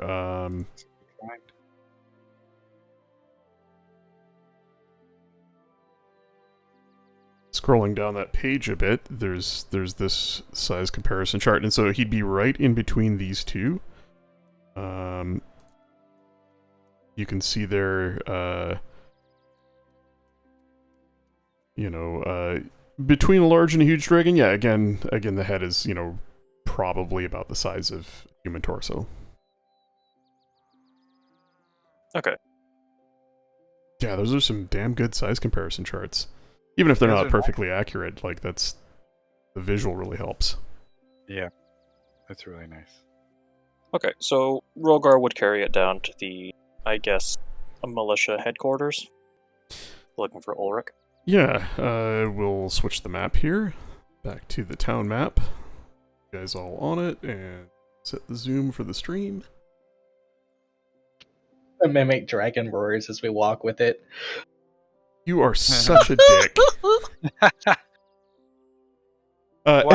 As you do that, doors open and people sort of step out to see what's going on.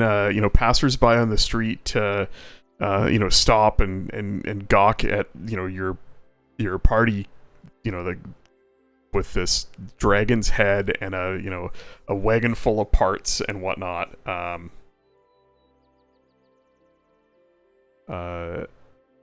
Walking through the middle of town, a couple of town's guard see you. One of the large dark-skinned fellow, Kingston, turns and his hand goes up kind of to wave at you, and then he sees the dragon's head and takes a step back. Eyes go wide, and he just starts nodding.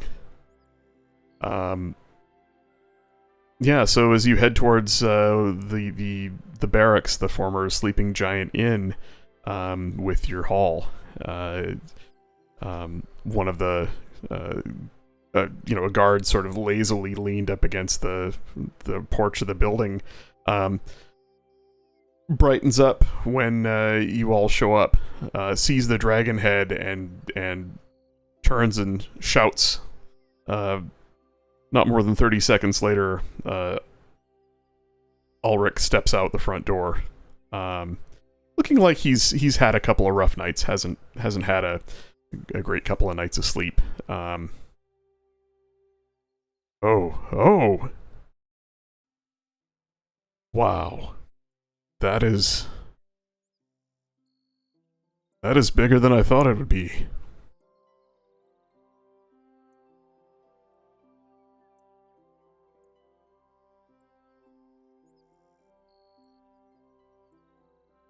Hello, you guys?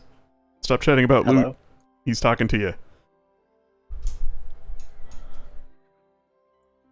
made it back. We all managed to make it back in one piece, at least.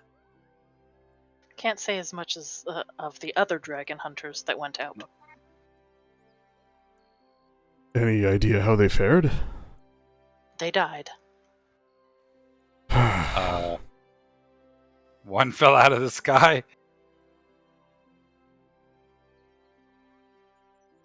Yeah, Well, wasn't that in town? Yes, I suppose we knew Yeah. about him. I was referring to the others. One less ogre about, no matter how friendly they are, is, well, always bodes well for the safety of the town. Anyway, well, I suppose I should invite you in. Come on then. You might leave that outside. It's dripping. As he says that, you notice that there's a little bit of congealed blood and essence from within the head that's, dripping on the road. I'll set it down somewhere so I can take care of it later. I'm sure it would be a great thing to have in your headquarters. Cleaned, of course. You, don't want to keep it. We have a wagon full of parts. I don't know what really to do with a skull. I'll take it if you don't want it. I, can't offer you much for it, but... We really only brought it back to show that we eliminated it. It is our gift to the town and a warning for any other dragons that may come by.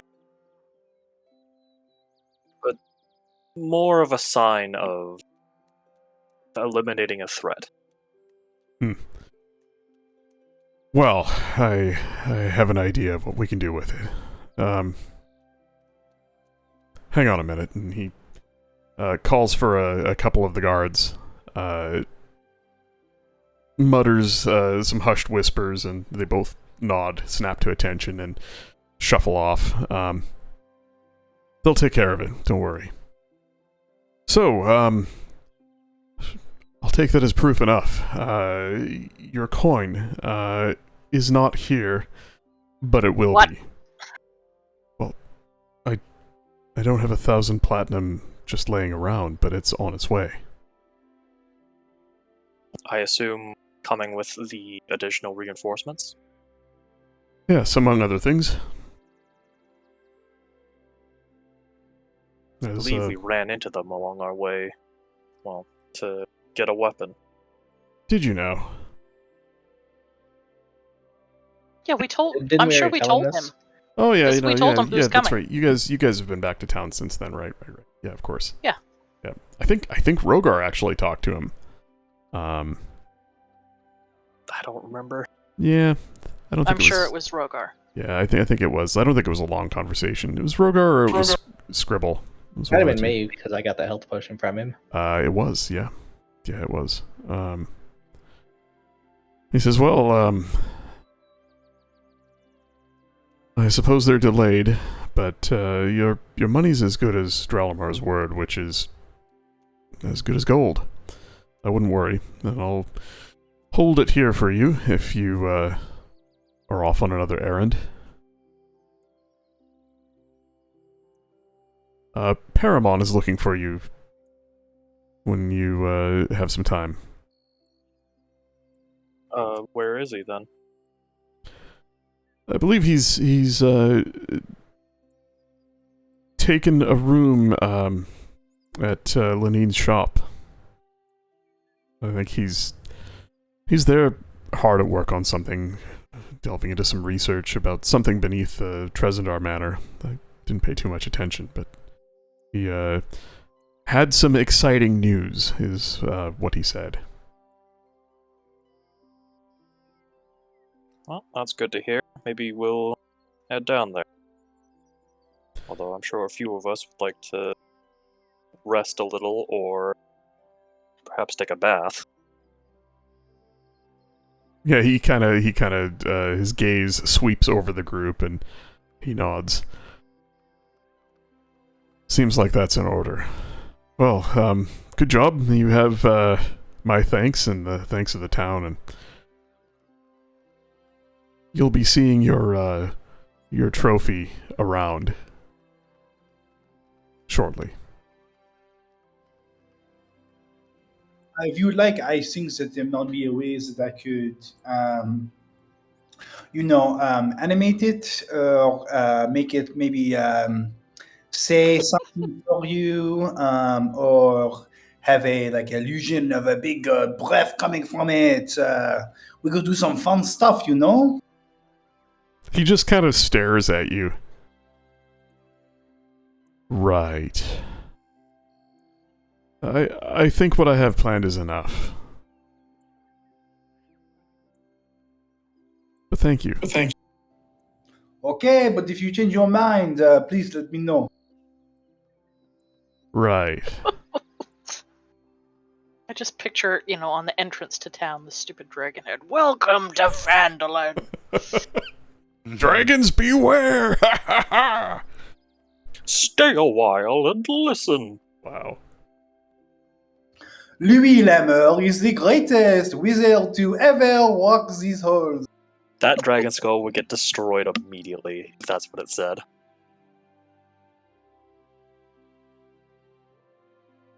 Before going to see Paramon, could we take a 5-minute break? I would love to. Thank you. Everybody okay with that? Yep. We'll be back shortly. Stream is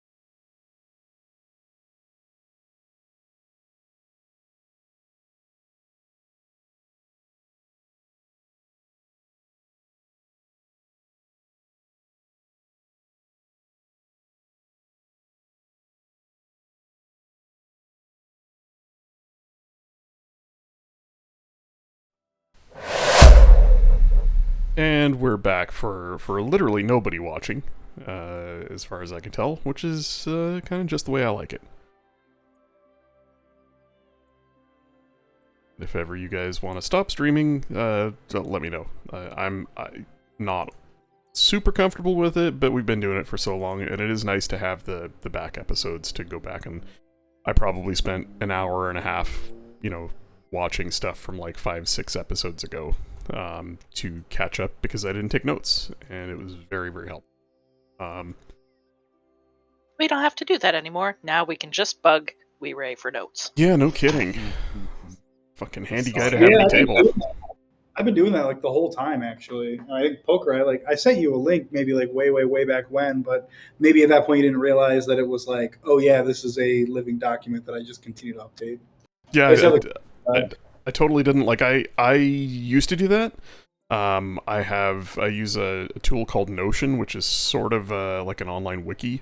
And I did forklift all of my existing notes and NPC profiles and pictures and stuff into there from the old site. In fact, it's currently, like, you guys can go browse it. You've got read-only access to it. It's not quite as pretty as the old website was, but everything's on there. I haven't updated it recently, so there's some new characters like Adrian Vesk and a few other people who aren't on there, and there might be I don't think I've updated it, so Roger is now dead. So he lives on there, but at some point I'm going to go back and update it. It is where I keep my session notes in a private part of the site, in a sort of another notebook in there. But I like when I'm in the middle of shit and I'm coming up with dialogue and thinking of what to do next. Not always easy to take notes. So and oftentimes at the end of the session I'm not keen to sit down and try and write down what happened. I just go, you know what, I'll just go watch the video before next week's session.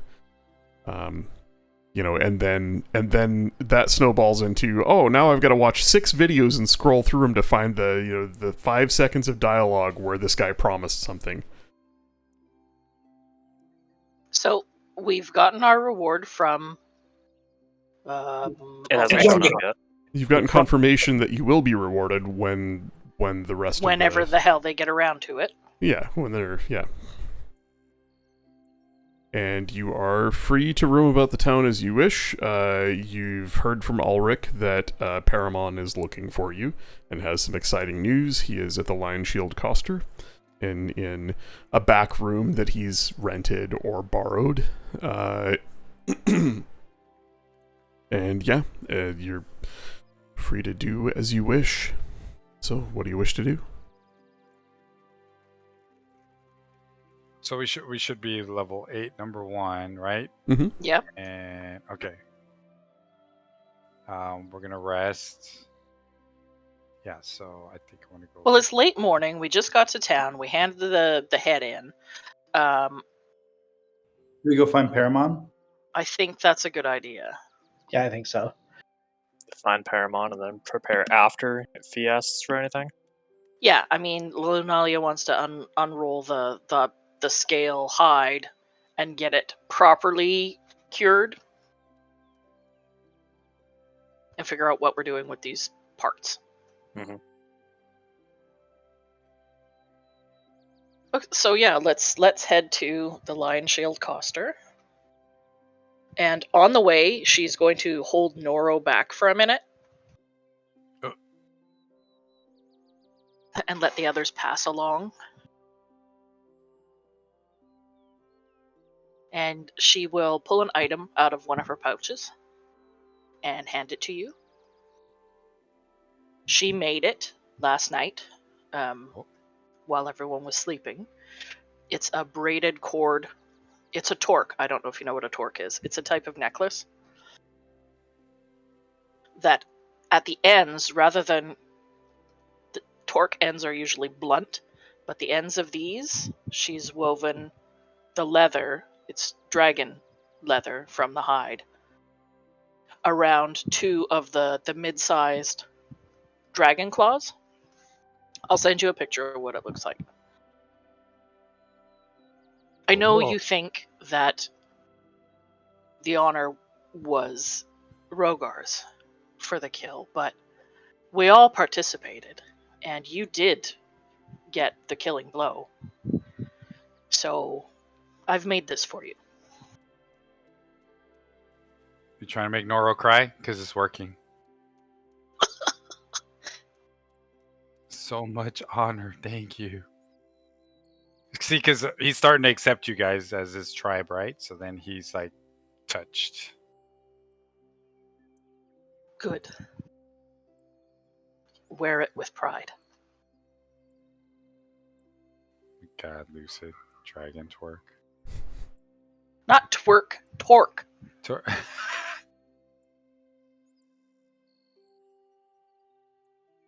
Oh, cool. Okay. Oh, wait. No, wait. The DM has something better. This Right? makes sense. This makes sense now. Oh, not that kind of torque. That's cool. Okay. Awesome. Thank you. Yeah, so the one in the image that I sent you, it looks mostly like that. The claws on the end are obviously much bigger, and rather than steel, it's a braided whitish color cord. Whoa. All right. Story to tell. Do you have the picture that you sent me? Because you could just post that. Yeah. Because that's really cool looking.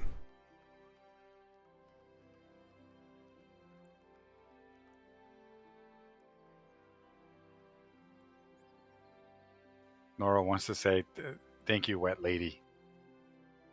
I have a name, Nora. You know But- this. But it's not proper.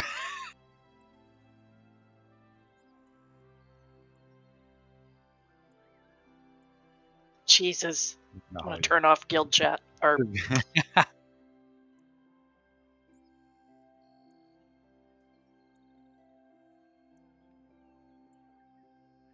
So yeah, she hopes that you'll wear it.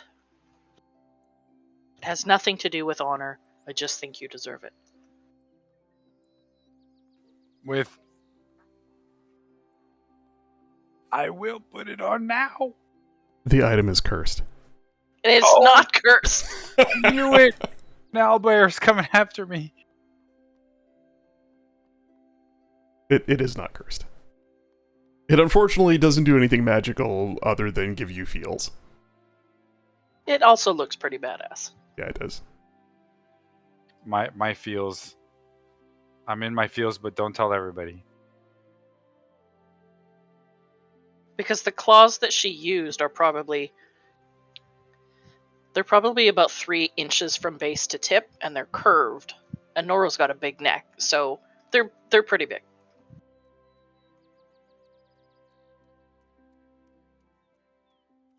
I will draw you a terrible picture of what it looks like later. Okay. Doesn't it just look like that, but with braided white dragon hide? Not instead exactly. Oh. It's close to that. But those claws, those little those are scorpion tails.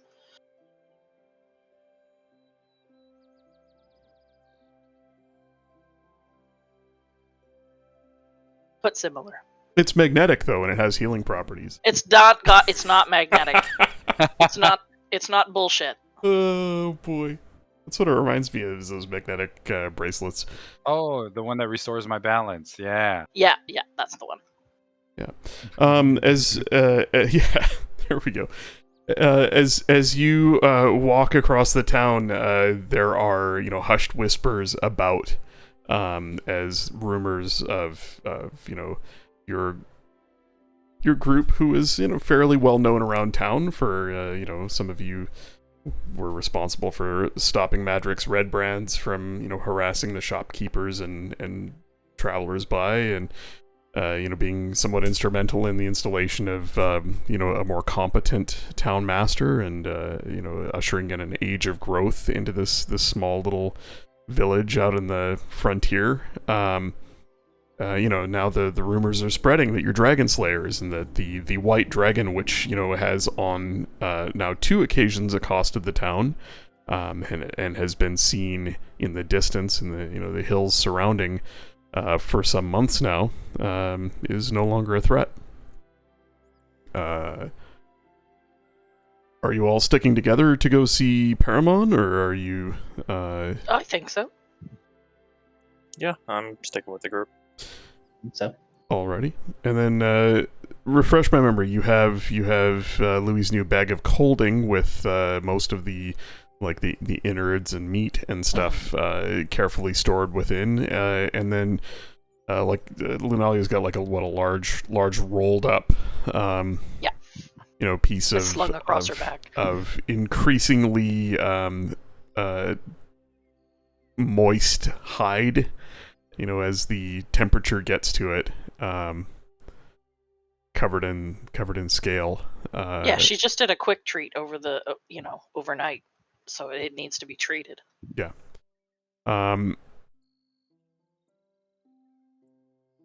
As you enter the shop, Lene is at the counter as usual. She has a spell book open, a rather large tome, and a few components scattered about the counter.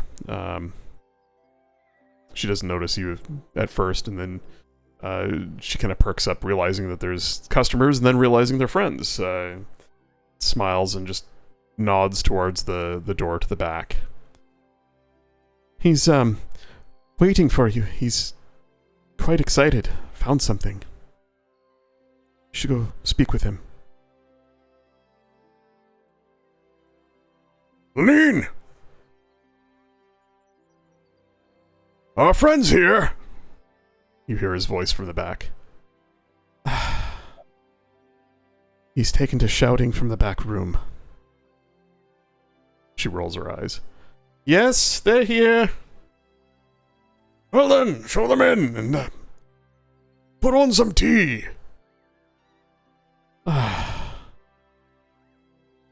The life of an apprentice. Well, in you go. I guess we make our way into the back room. Mm-hmm. You walk down the narrow hallway. Crates of provisions and unshelved saleables stacked high along one wall. And as you squeeze past all of that and into a small back office, you see Paramon. Globes of light floating over his head, lighting the space in the absence of any lantern or candlelight. There's no window here, although a doorway leads to another room, and there's a glow from there indicating a window to the outside. His hair is frazzled and unkempt. His beard bushed out, split down the middle, like he's been tugging at it in different directions while he was thinking. A splotch of dark ink on his lower lip where he's been chewing on a quill. Parchment paper spread all about the large desk that fills part of this space. Various vials and bottles of spell components, inkwell, and a few other arcane implements that Louis might recognize. Tools for divination and other such things strewn about this table in this small office or back workshop. He looks like he's been in here. He looks like he hasn't left he smells like he hasn't left the room in some time. And he turns, his bushy eyebrows shooting up as he sees you all. Oh, yes. Come in, friends. What? Bonjour. Bonjour, Monsieur Lamour. Oh, Paramon, it smells like you haven't left this room in quite some time. Well, my dear, I have not. I've been busy. You see, the journals that you left me with, our dearly departed friends' journals, have been enlightening, to say the least. I think I've discovered something. But first, tell me, how have you been? The dragon? You've, done well, I see, yes? Yes, it's dead. Splendid. Where is it? And he looks at Well, Louis. Tell We me gave you... the head to Ulrich, and some of it is here. Pointing to the bag at her side. His voice hushes down to a quiet whisper, and he leans in close. Louis, did you happen to retrieve the fundamentum? No, Louis did not, actually, Paramon. She's leaning in to interrupt you with, her finger in a Karen sort of way. No, Louis did not manage to retrieve it. However, I and the others did. Oh, well, you'll pardon me, but I didn't think you'd understand the significance of a Draconis fundamentum, or what it means for those trained in the arcane arts.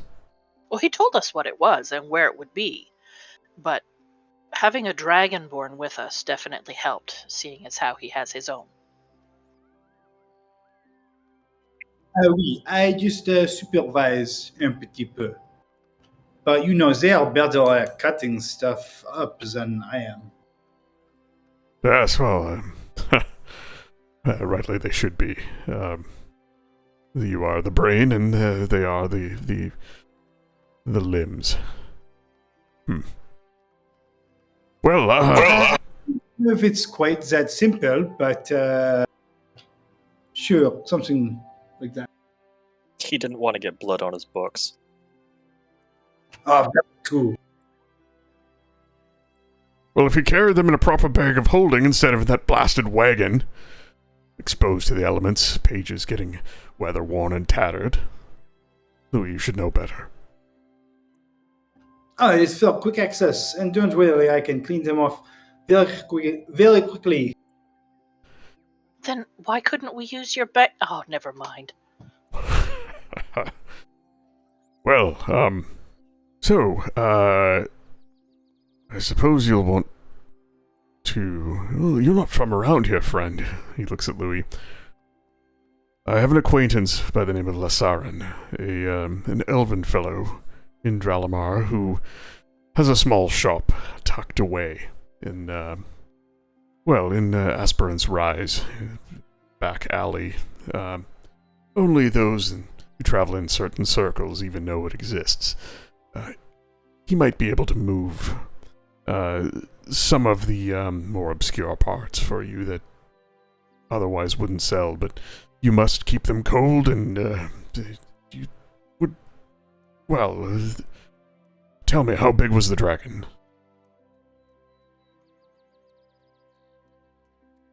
Oh, so big. Oh, it was so big, Peremont. But do not worry, we have a way to keep everything cold and stirred, and it was great. It barely even hurt me at all. It didn't hurt him. It just killed him a few times. Killed is a very strong word. Knocked him over a few times. Yeah, get some better. We all got hit a little bit. He switches to Draconic and looks at Rogar. Tell me, Rogar, how big was it actually?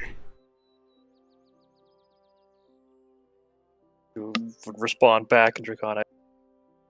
Well, from what Louis was saying, bigger than a young but smaller than an adult. Somewhere in the middle. I reply in Draconic. Really? Really, Peremont? You do not believe me? What? What are they saying? He just smiles and looks at Louis. My dear friend, you're small, and things can seem larger to you. I thought I'd ask, another scaled being to judge one of his cousins more accurately. He switches back to common. based on its size, you should get some coin for some of its parts, but they won't be as powerful as... Could Scribble produce an image to scale compared to like a person how big the dragon was? Like produce an image of Louis laying on the ground with the dragon above him for scale? Oh. Oh, Good. hey. Oh, hey. That's a burn. He, I think he's got the picture. yeah, he's got a pretty good idea of its age. And he says, well, you have the rarest part, but it is not of an ancient, so it won't... Well, you won't be retiring anytime soon by any means, but if you find your way to Dralamar in the next few days, and even if stored properly, it's only going to last a handful of days, perhaps a week at most. If you are intending to sell it, you should move it quickly. However, if you're intending to use it for a spell or an enchantment, perhaps, Louis, I could certainly help with that.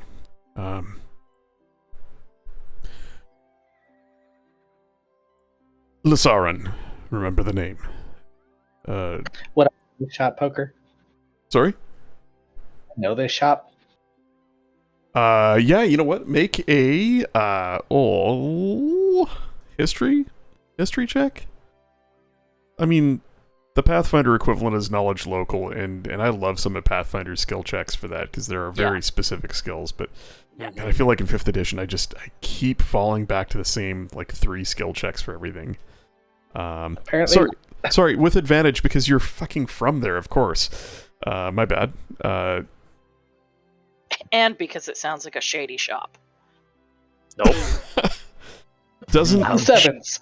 doesn't It's ring a a double bell, fuck but you know, but once you get back in town, you probably you know people. You can probably ask around. You got a couple maybe shady contacts who might have heard of this guy. Aspirant's Rise, you definitely recognize. It is a part of town. Well, sorry, let me bring up my notes here.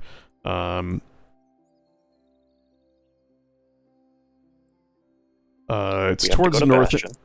Yeah, it's towards the north end of the city, and it is it sort of sits on a terrace that overlooks the rest of the city, with Castle Rock at its back, which is the large rise upon which sits the castle and the Minted Terrace where all of the nobles live, and Morning Light Tower, which is the Temple to Palor. And it's sort of Aspirant's Rise is where sort of the lower nobles and richer merchants live. It's kind of like the upper middle class part of town. You do know from growing up in the city that there are a few shops there that cater to richer folk who don't want to go as far as the market district.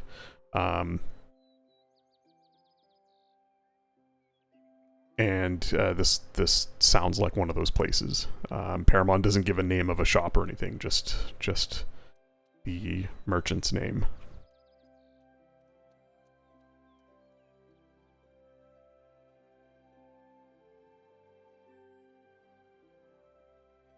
That's good. Well, on to more pressing matters. I have discovered what I think is the key to opening the chamber beneath the tomb. Or rather, I should say whom. Who? Yes, last we spoke, I thought I was onto something with this Madrick fellow. I now believe he is the key to unlocking the secrets beneath this place. He is Oh, dear. tethered to this crypt. We know that when he falls in battle, or perhaps if he just falls and hits his head hard enough, he awakes within the crypt the next morn. Some sort of powerful curse is laid upon him. A terrible curse, but there must be more to it.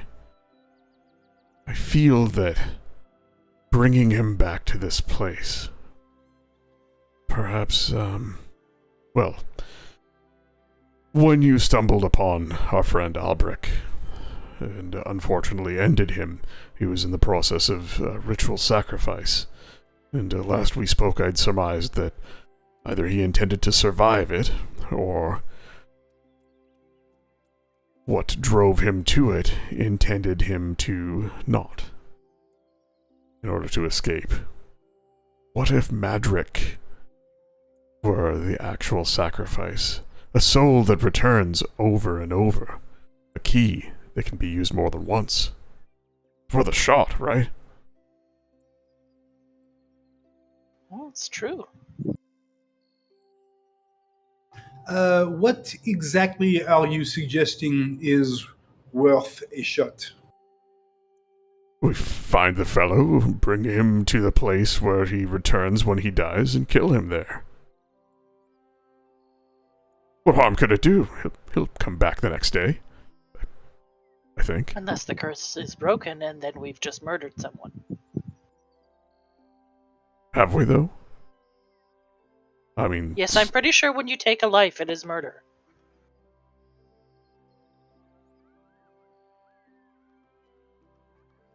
Right, but has he not had decades, centuries of lives? This is true. He is looking for an end, he said. In any of the notes, did it say what's beneath the crypt? What we're potentially opening the door for? No, but in some of Albrecht's later ramblings, as he descended into madness, he spoke. He wrote of the voice in his mind, this keeper of secrets, this voice that called out to him. Louis, I believe it is the one that called out to you. Why it did not reach out to me, I know not. Perhaps it is afraid of me. Perhaps it believes I am not malleable of mind enough to fall for its ruse. Do not know. I believe it reached out to Lenine, but she won't speak of it. It is a dangerous place, and a dangerous thing we seek to do. Part of me wonders if it isn't better if we don't just bring the ceiling down upon the place and forget it, bury it forever. But part of me wants to know what's there, and put it to rest if it is truly evil. Perrimon, you know as well as I do that will not make it go away, just collapsing the roof in on it. No, I suppose not. Well, anyone happen to know where Madrick is? About that. Apparently he's wanted by quite a few people and might be hiding out on the road to Dralamar somewhere.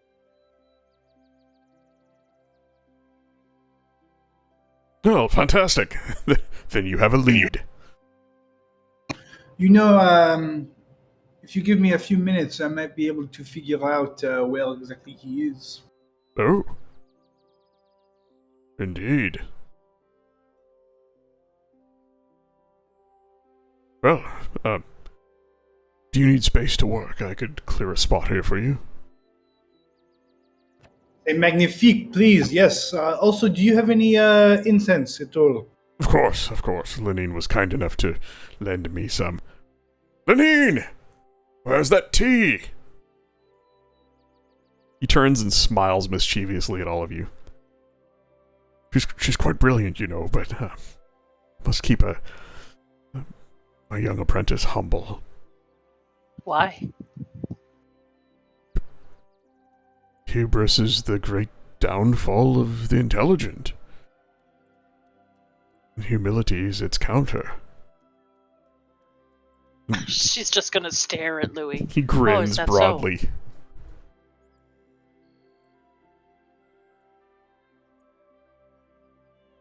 What was that, Dark? She's just staring at Louis. Oh, is that so?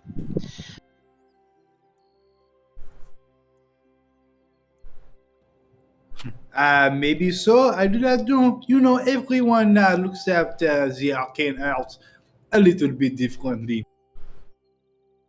Speaking of which, and he starts clearing the table, he extracts from a small drawer 3 bricks of incense and places them on the table.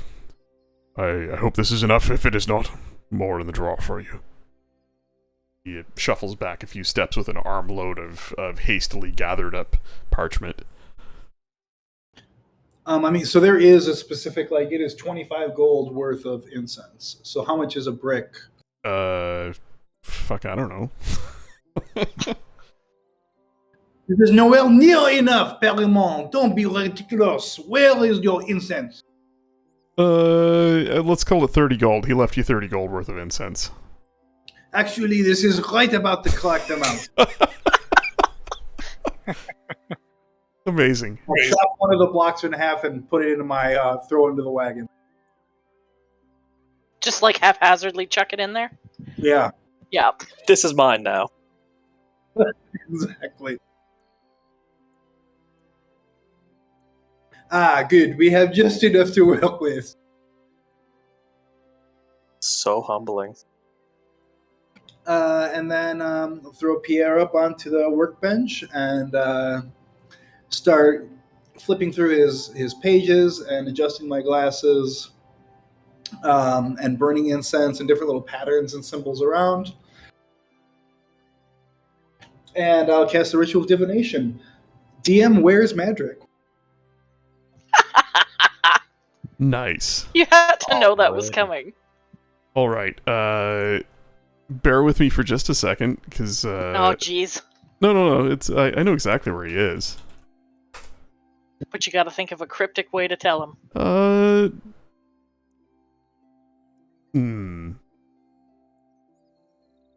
A single question concerning a specific goal, event, or activity to occur within 7 days. Goal, event. Well, your goal is to find Madrick. Yeah, where can we Well, that's meet Madrick? short phrase, cryptic rhyme, or an omen. The smoke from the incense, the burning incense, curls around into a vague image of a serpentine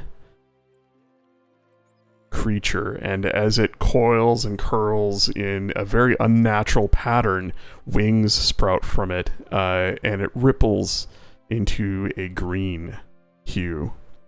A man. vague shape of a green dragon made of incense flies around in a single circle before it just vanishes into as the smoke dissipates. Louis, what was that? What does that mean? Do you guys know a green dragon? Unfortunately. But is that what's your name again? The lady, as I said, is not actually a dragon. That Correct. would be the one. What was her? I forget her name. Well, Paramon's still at the back of the room. In fact, he's come back now, and he has a pot of tea. Doesn't that And start with V? he's, his long bony fingers. He has, several teacups, tinkling from his long bony fingers, hooked through the handles of the teacups. Oh dear, she has him. Nalcendris.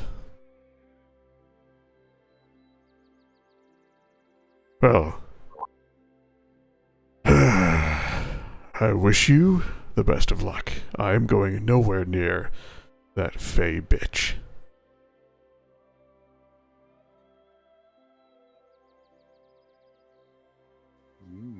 I suppose that is fair. She did have took a liking to you, we'll keep you away from her. But I don't. How do we? I don't know if I want to go near her.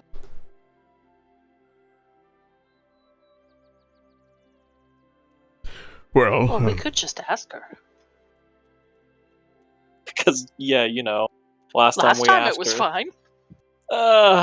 last time was not so great. Yeah, and she knows that we killed one of her lieutenants as well, oui. She didn't exactly take too kindly to the fact that we now have Paramon. Yeah, I do not know that the discussion will go very well with her. I don't know that she knows that it was us. I think she knows pretty well. It was Madrick. No, because there was somebody that was in that fight that ran off. Well, she has now twice sent her minions after you. That is true. Despite knowing that Madrick took Paramon in the first place, or invited him into the castle and did not let him go, she knows that you've since taken charge of the old wizard because she did send her minions after you. Well, I don't know if the pack of Fey dogs, I'm not entirely sure if it was clear that they were sent by her, but I guess, spoiler alert, they were sent by her. Yeah, we reasoned that out. Yeah. Mm-hmm. In fact, Paramon would tell you, he says, Ulrich tells me that a couple of the militiamen have, well, they've seen fey creatures, strange beasts, lurking in the woods beyond the edges of town. I fear she is looking to retrieve what she has lost.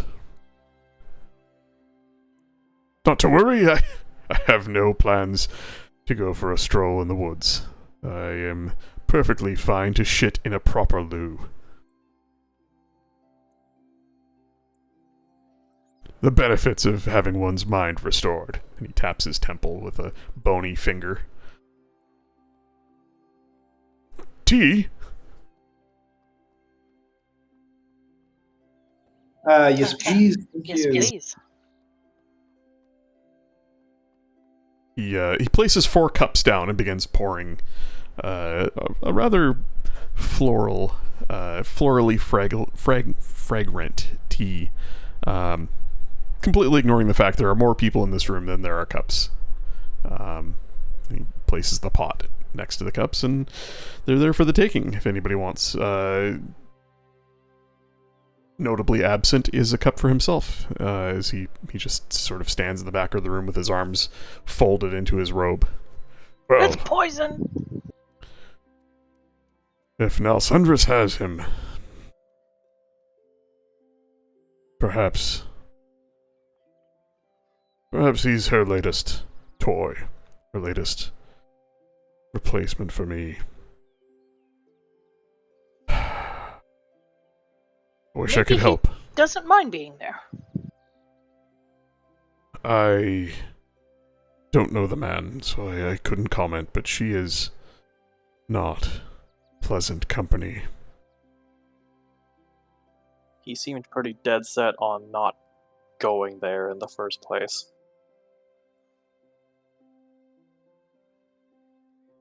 Well, I mean, I think there would be 2 outcomes. He would stay there, and what's locked under the crypt stays locked under the crypt, or he does something stupid and she kills him, and he shows back up in the crypt.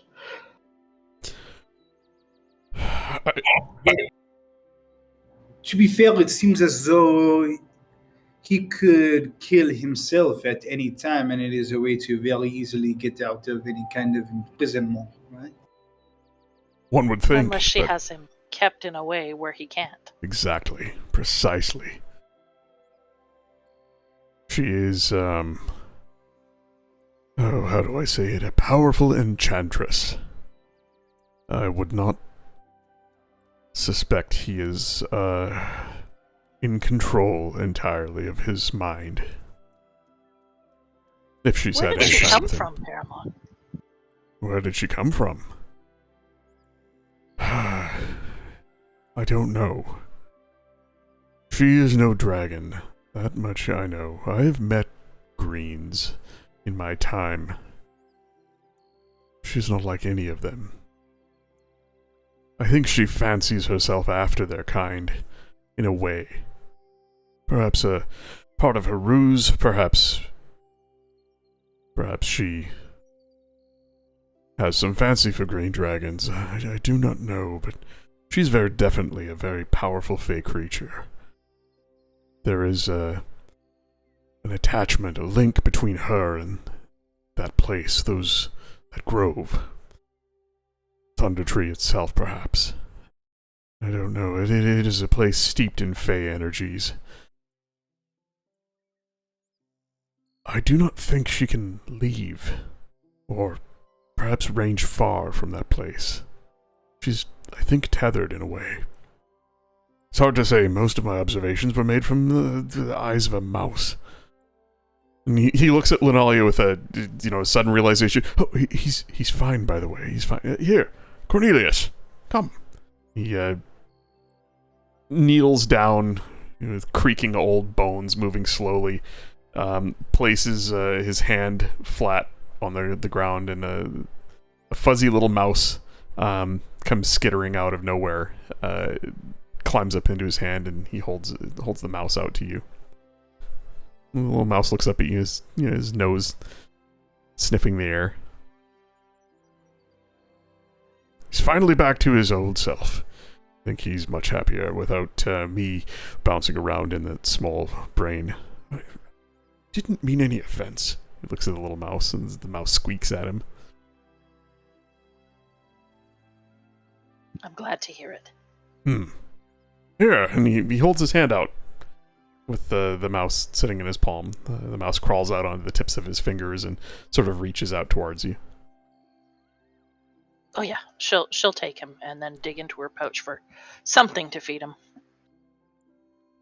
Your friend in Dralamar, the one you just gave us contact to Yes. sell these dragon parts, would they have any... Do they sell any magic weapons? Why, yes, only the finest. Anything that might work against Fae? An excellent question. Or at least give us more information on what to avoid if she is a Fae creature? Well, suppose I can give you some basics. My friend Louis here may not be well-traveled, but he is well-read. I imagine one of the many books he carries with him would foster some of that information as well. But yes, approaching her well-prepared, definitely in order. Yes. With, at the risk of making an assumption based on race, my elven friend might know a little more about the Fae than you or I would. Don't tell him I said that. He's quite sensitive about those things. And for the gods' sakes, do not take your friend, the dwarf, anywhere near him. I don't think the dwarf will be leaving here for quite some time. Why wouldn't we take him? Yeah. Lasaran's not... He doesn't appreciate dwarves for their worth.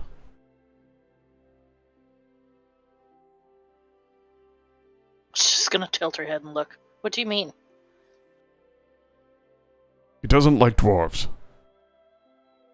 Well, that's okay. Lots of people don't like dwarves. Especially stubborn ones. Well, if you're looking for his help, if you're looking to sell things to him, perhaps don't bring something he doesn't like into his shop.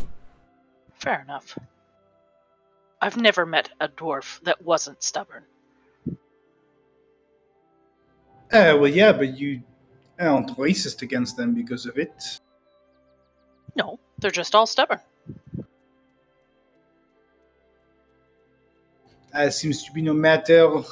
The dwarf will not be joining us anyways, I doubt.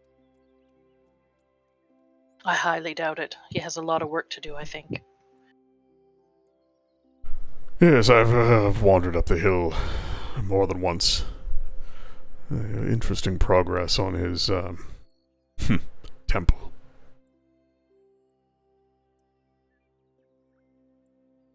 Well,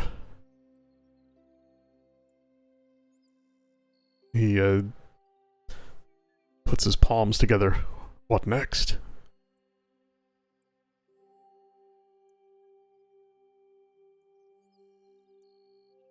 Well, it seems to me like we are going to need to head towards Dralamar. Oh, don't forget, there is a small matter of that tower we spoke of. West of here. No hurry. I, rather like it here. It's nice having an apprentice and a pot of tea now and then, and I must say, after living in the woods and not in my right mind for years, it is actually pleasant to be... And he kind of waves his hand around in the air vaguely, around this people.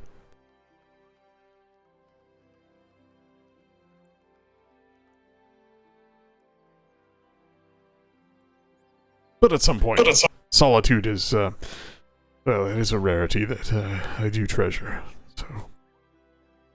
Would you have a sec? Can you throw the map up of, like, the area? You betcha. Zoink. Oh, what the heck? Where are all these people on the map? Bye. We're dead. Tower is the Tower of Storms on that island, is that right? You are correct, sir.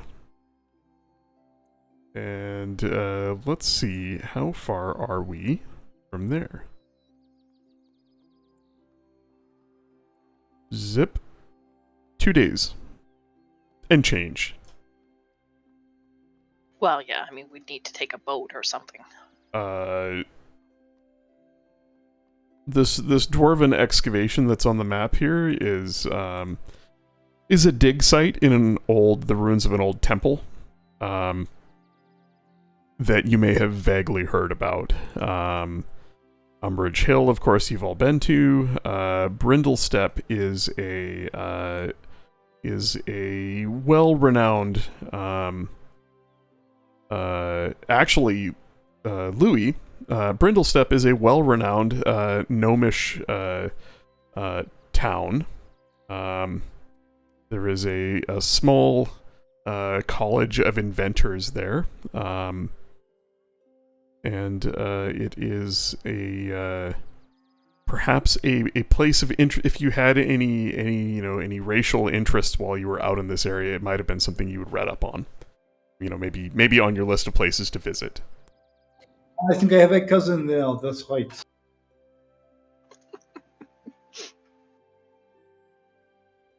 But they are rather secretive and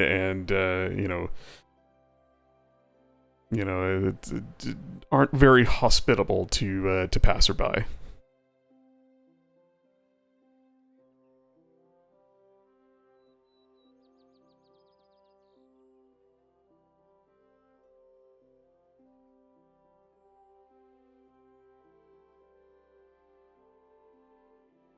Well, I think the first step would be go to Dralamar. We do have things to drop off there. Maybe once we're there, we can figure out what our next steps are. How much would these dragon parts be worth, Paramon, before we walk in and get told a price?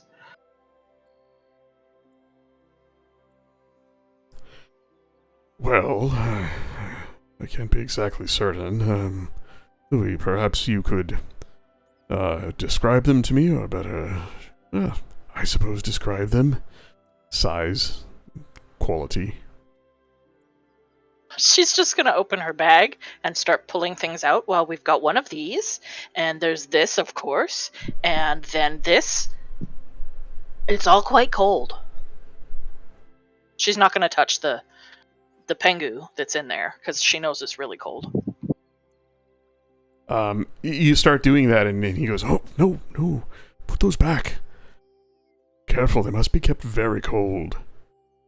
Well, that's why we keep them in there with the what do you call it thing? The breathing sac?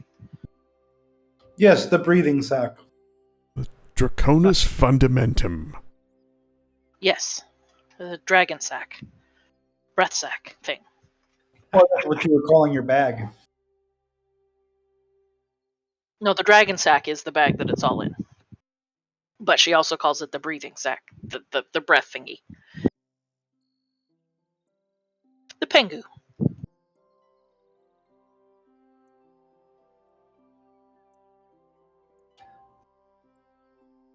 So now that All you've right, seen them, could okay. you give us an idea of what they would be worth? Well, to the right person, the Draconis fundamentum would be worth somewhere in the range of five to 10,000 gold pieces. It's hard to say. One of that size and quality has not been seen for some time, but they have a limited number of uses, and of course the parts from ancient dragons are always in higher demand. I'm sure it'll be useful to someone. Lasaran will find a buyer for it. There is no doubt of that, or perhaps use it himself. Louis, you really should think about if there's anything here you wish to use. It could help you determine if any of these could be suitable components.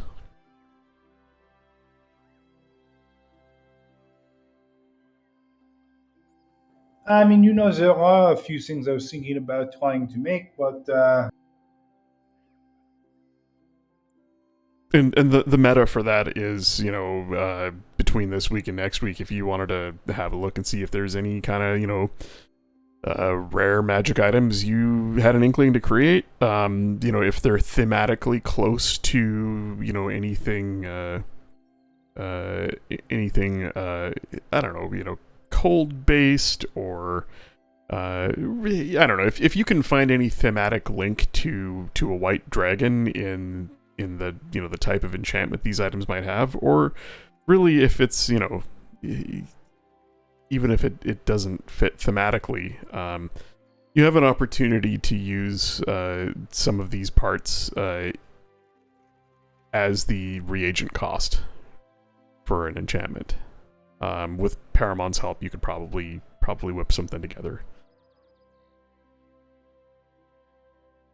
I have a couple different ideas. Yeah. Just as you have the opportunity before you sell this shit to use it. And you might get a little better value out of using these parts than going and, buying reagents for the enchantment. Like, I'm basically saying you could do it for half the price. So half the price. So a quarter of the price of the actual item's cost.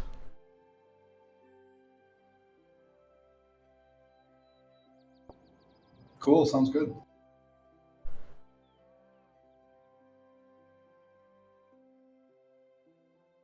Then he says, "I notice you have a rather large bundle of leather there, and it's dripping." Yes. Lasaran would likely be able to direct you to someone who can help with that as well. Not the dripping so much as preparation of that leather, and not certain what you intend to make of it, but scaled armor is popular. That is exactly what I intend to make with it. I can treat it, but I can't craft with it. Not well.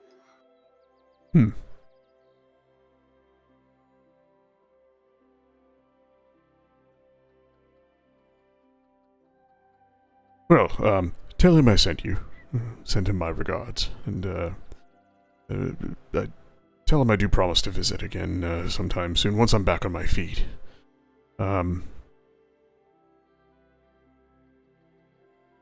Perhaps, Lunalia, perhaps he may have information on the whereabouts of a mutual acquaintance of ours. Who? Kaeldr Maloro, the man who took my spellbook. Ah, Well, not so much took, as refuses to return it.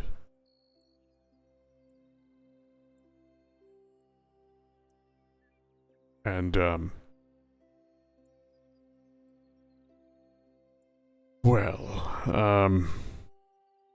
should you find him, or learn of his whereabouts, I wouldn't mind knowing.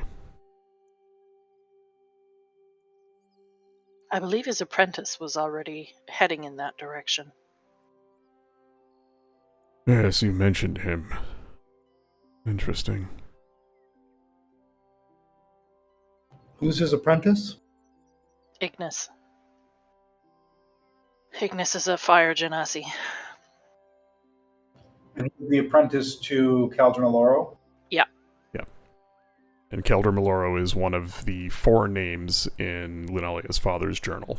One of his, research colleagues. In the her personal quest to unravel whatever it was her father was working on. She found these 4 names in his journal, and she's kind of been trying to find them. In a 0 session before the campaign, a very, very short, 3-session campaign we ran for her character previously, she had met the son of one of these other acquaintances, and his father had recently gone missing. And by on the way, they met another one of the names in the book, who was being hunted by these red wizards, who the rest of the party has now actually fought.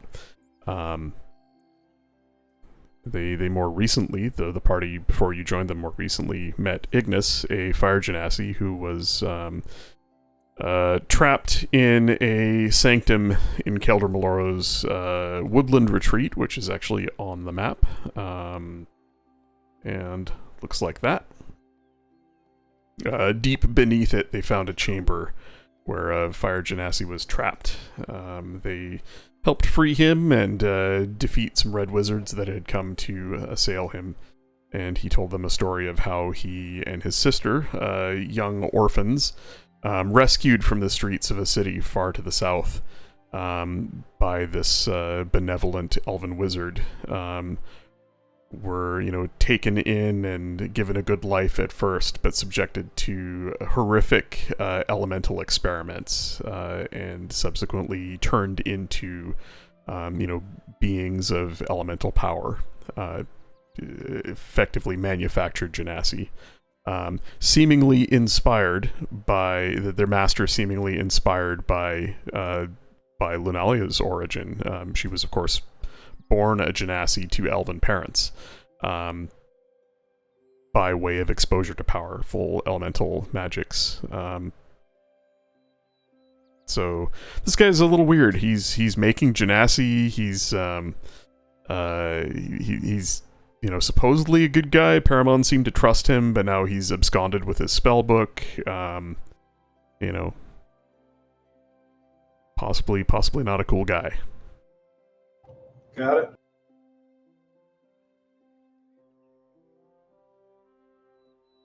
I think you guys saw a projection of him talking to Ignis as well.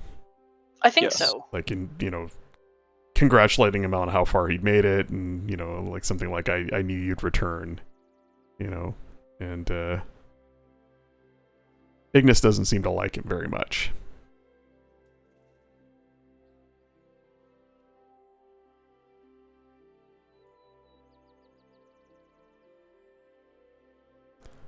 And I believe Lunalia has a sending stone that Ignis gave her. For Ignis, yes. Right, so who doesn't Ignis like very much? Kaeldr Maloro. Yeah, his His former His master former and sort of foster father. Former. Okay, got it. Yeah.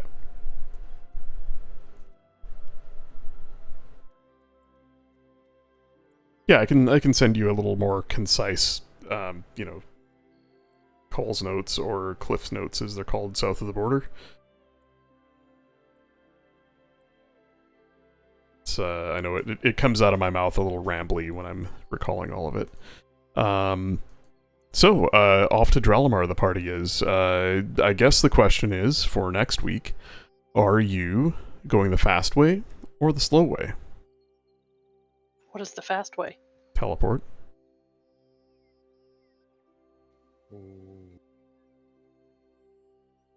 Have we been there before? I mean, Scribble's from there. Noro's been there. I wonder, having an object from the place means that you go straight there. Scribble is from the place. It's not an object though. Yeah, I know, but it's highly likely he would have something from home. Like his pockets weren't empty when he left home.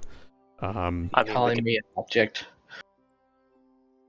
is a dead body an object? Because That's true. If we kill him, Well, it's something that was there in the last 6 months. Scribble, were you there in the last 6 months?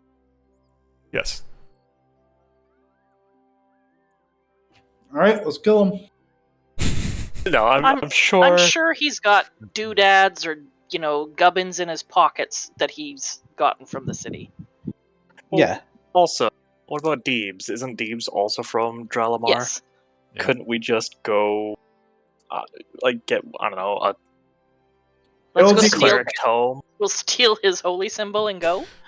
Yeah, actually, like, if you guys care at all about Deebs, who cares about Deebs? But if you care at all about Deebs, you might go, you might even want to go talk to him and say, hey, we're going back to Drelimar. Do you want to send anybody anything or let anybody know that you're alive and well or whatever? Like, totally up to you, but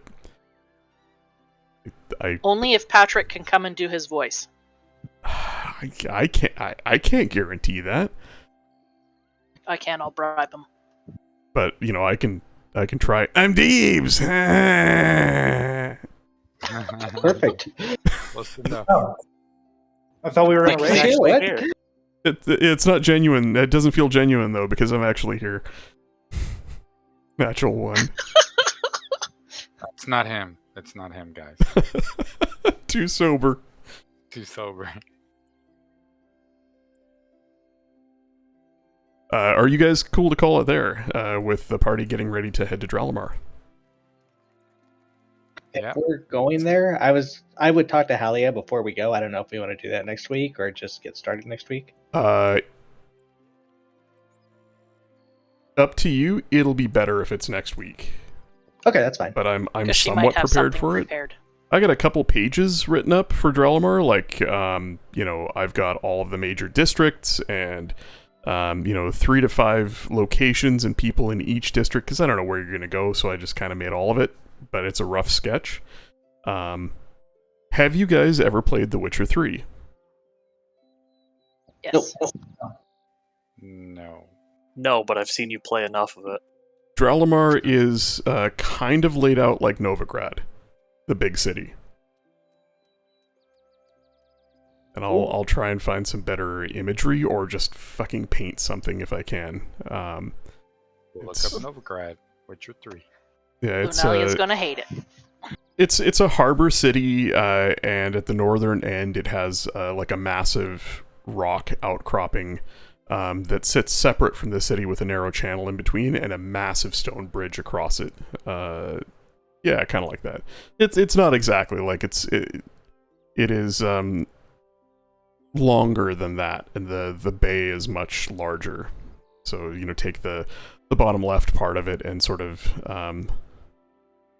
fold it open.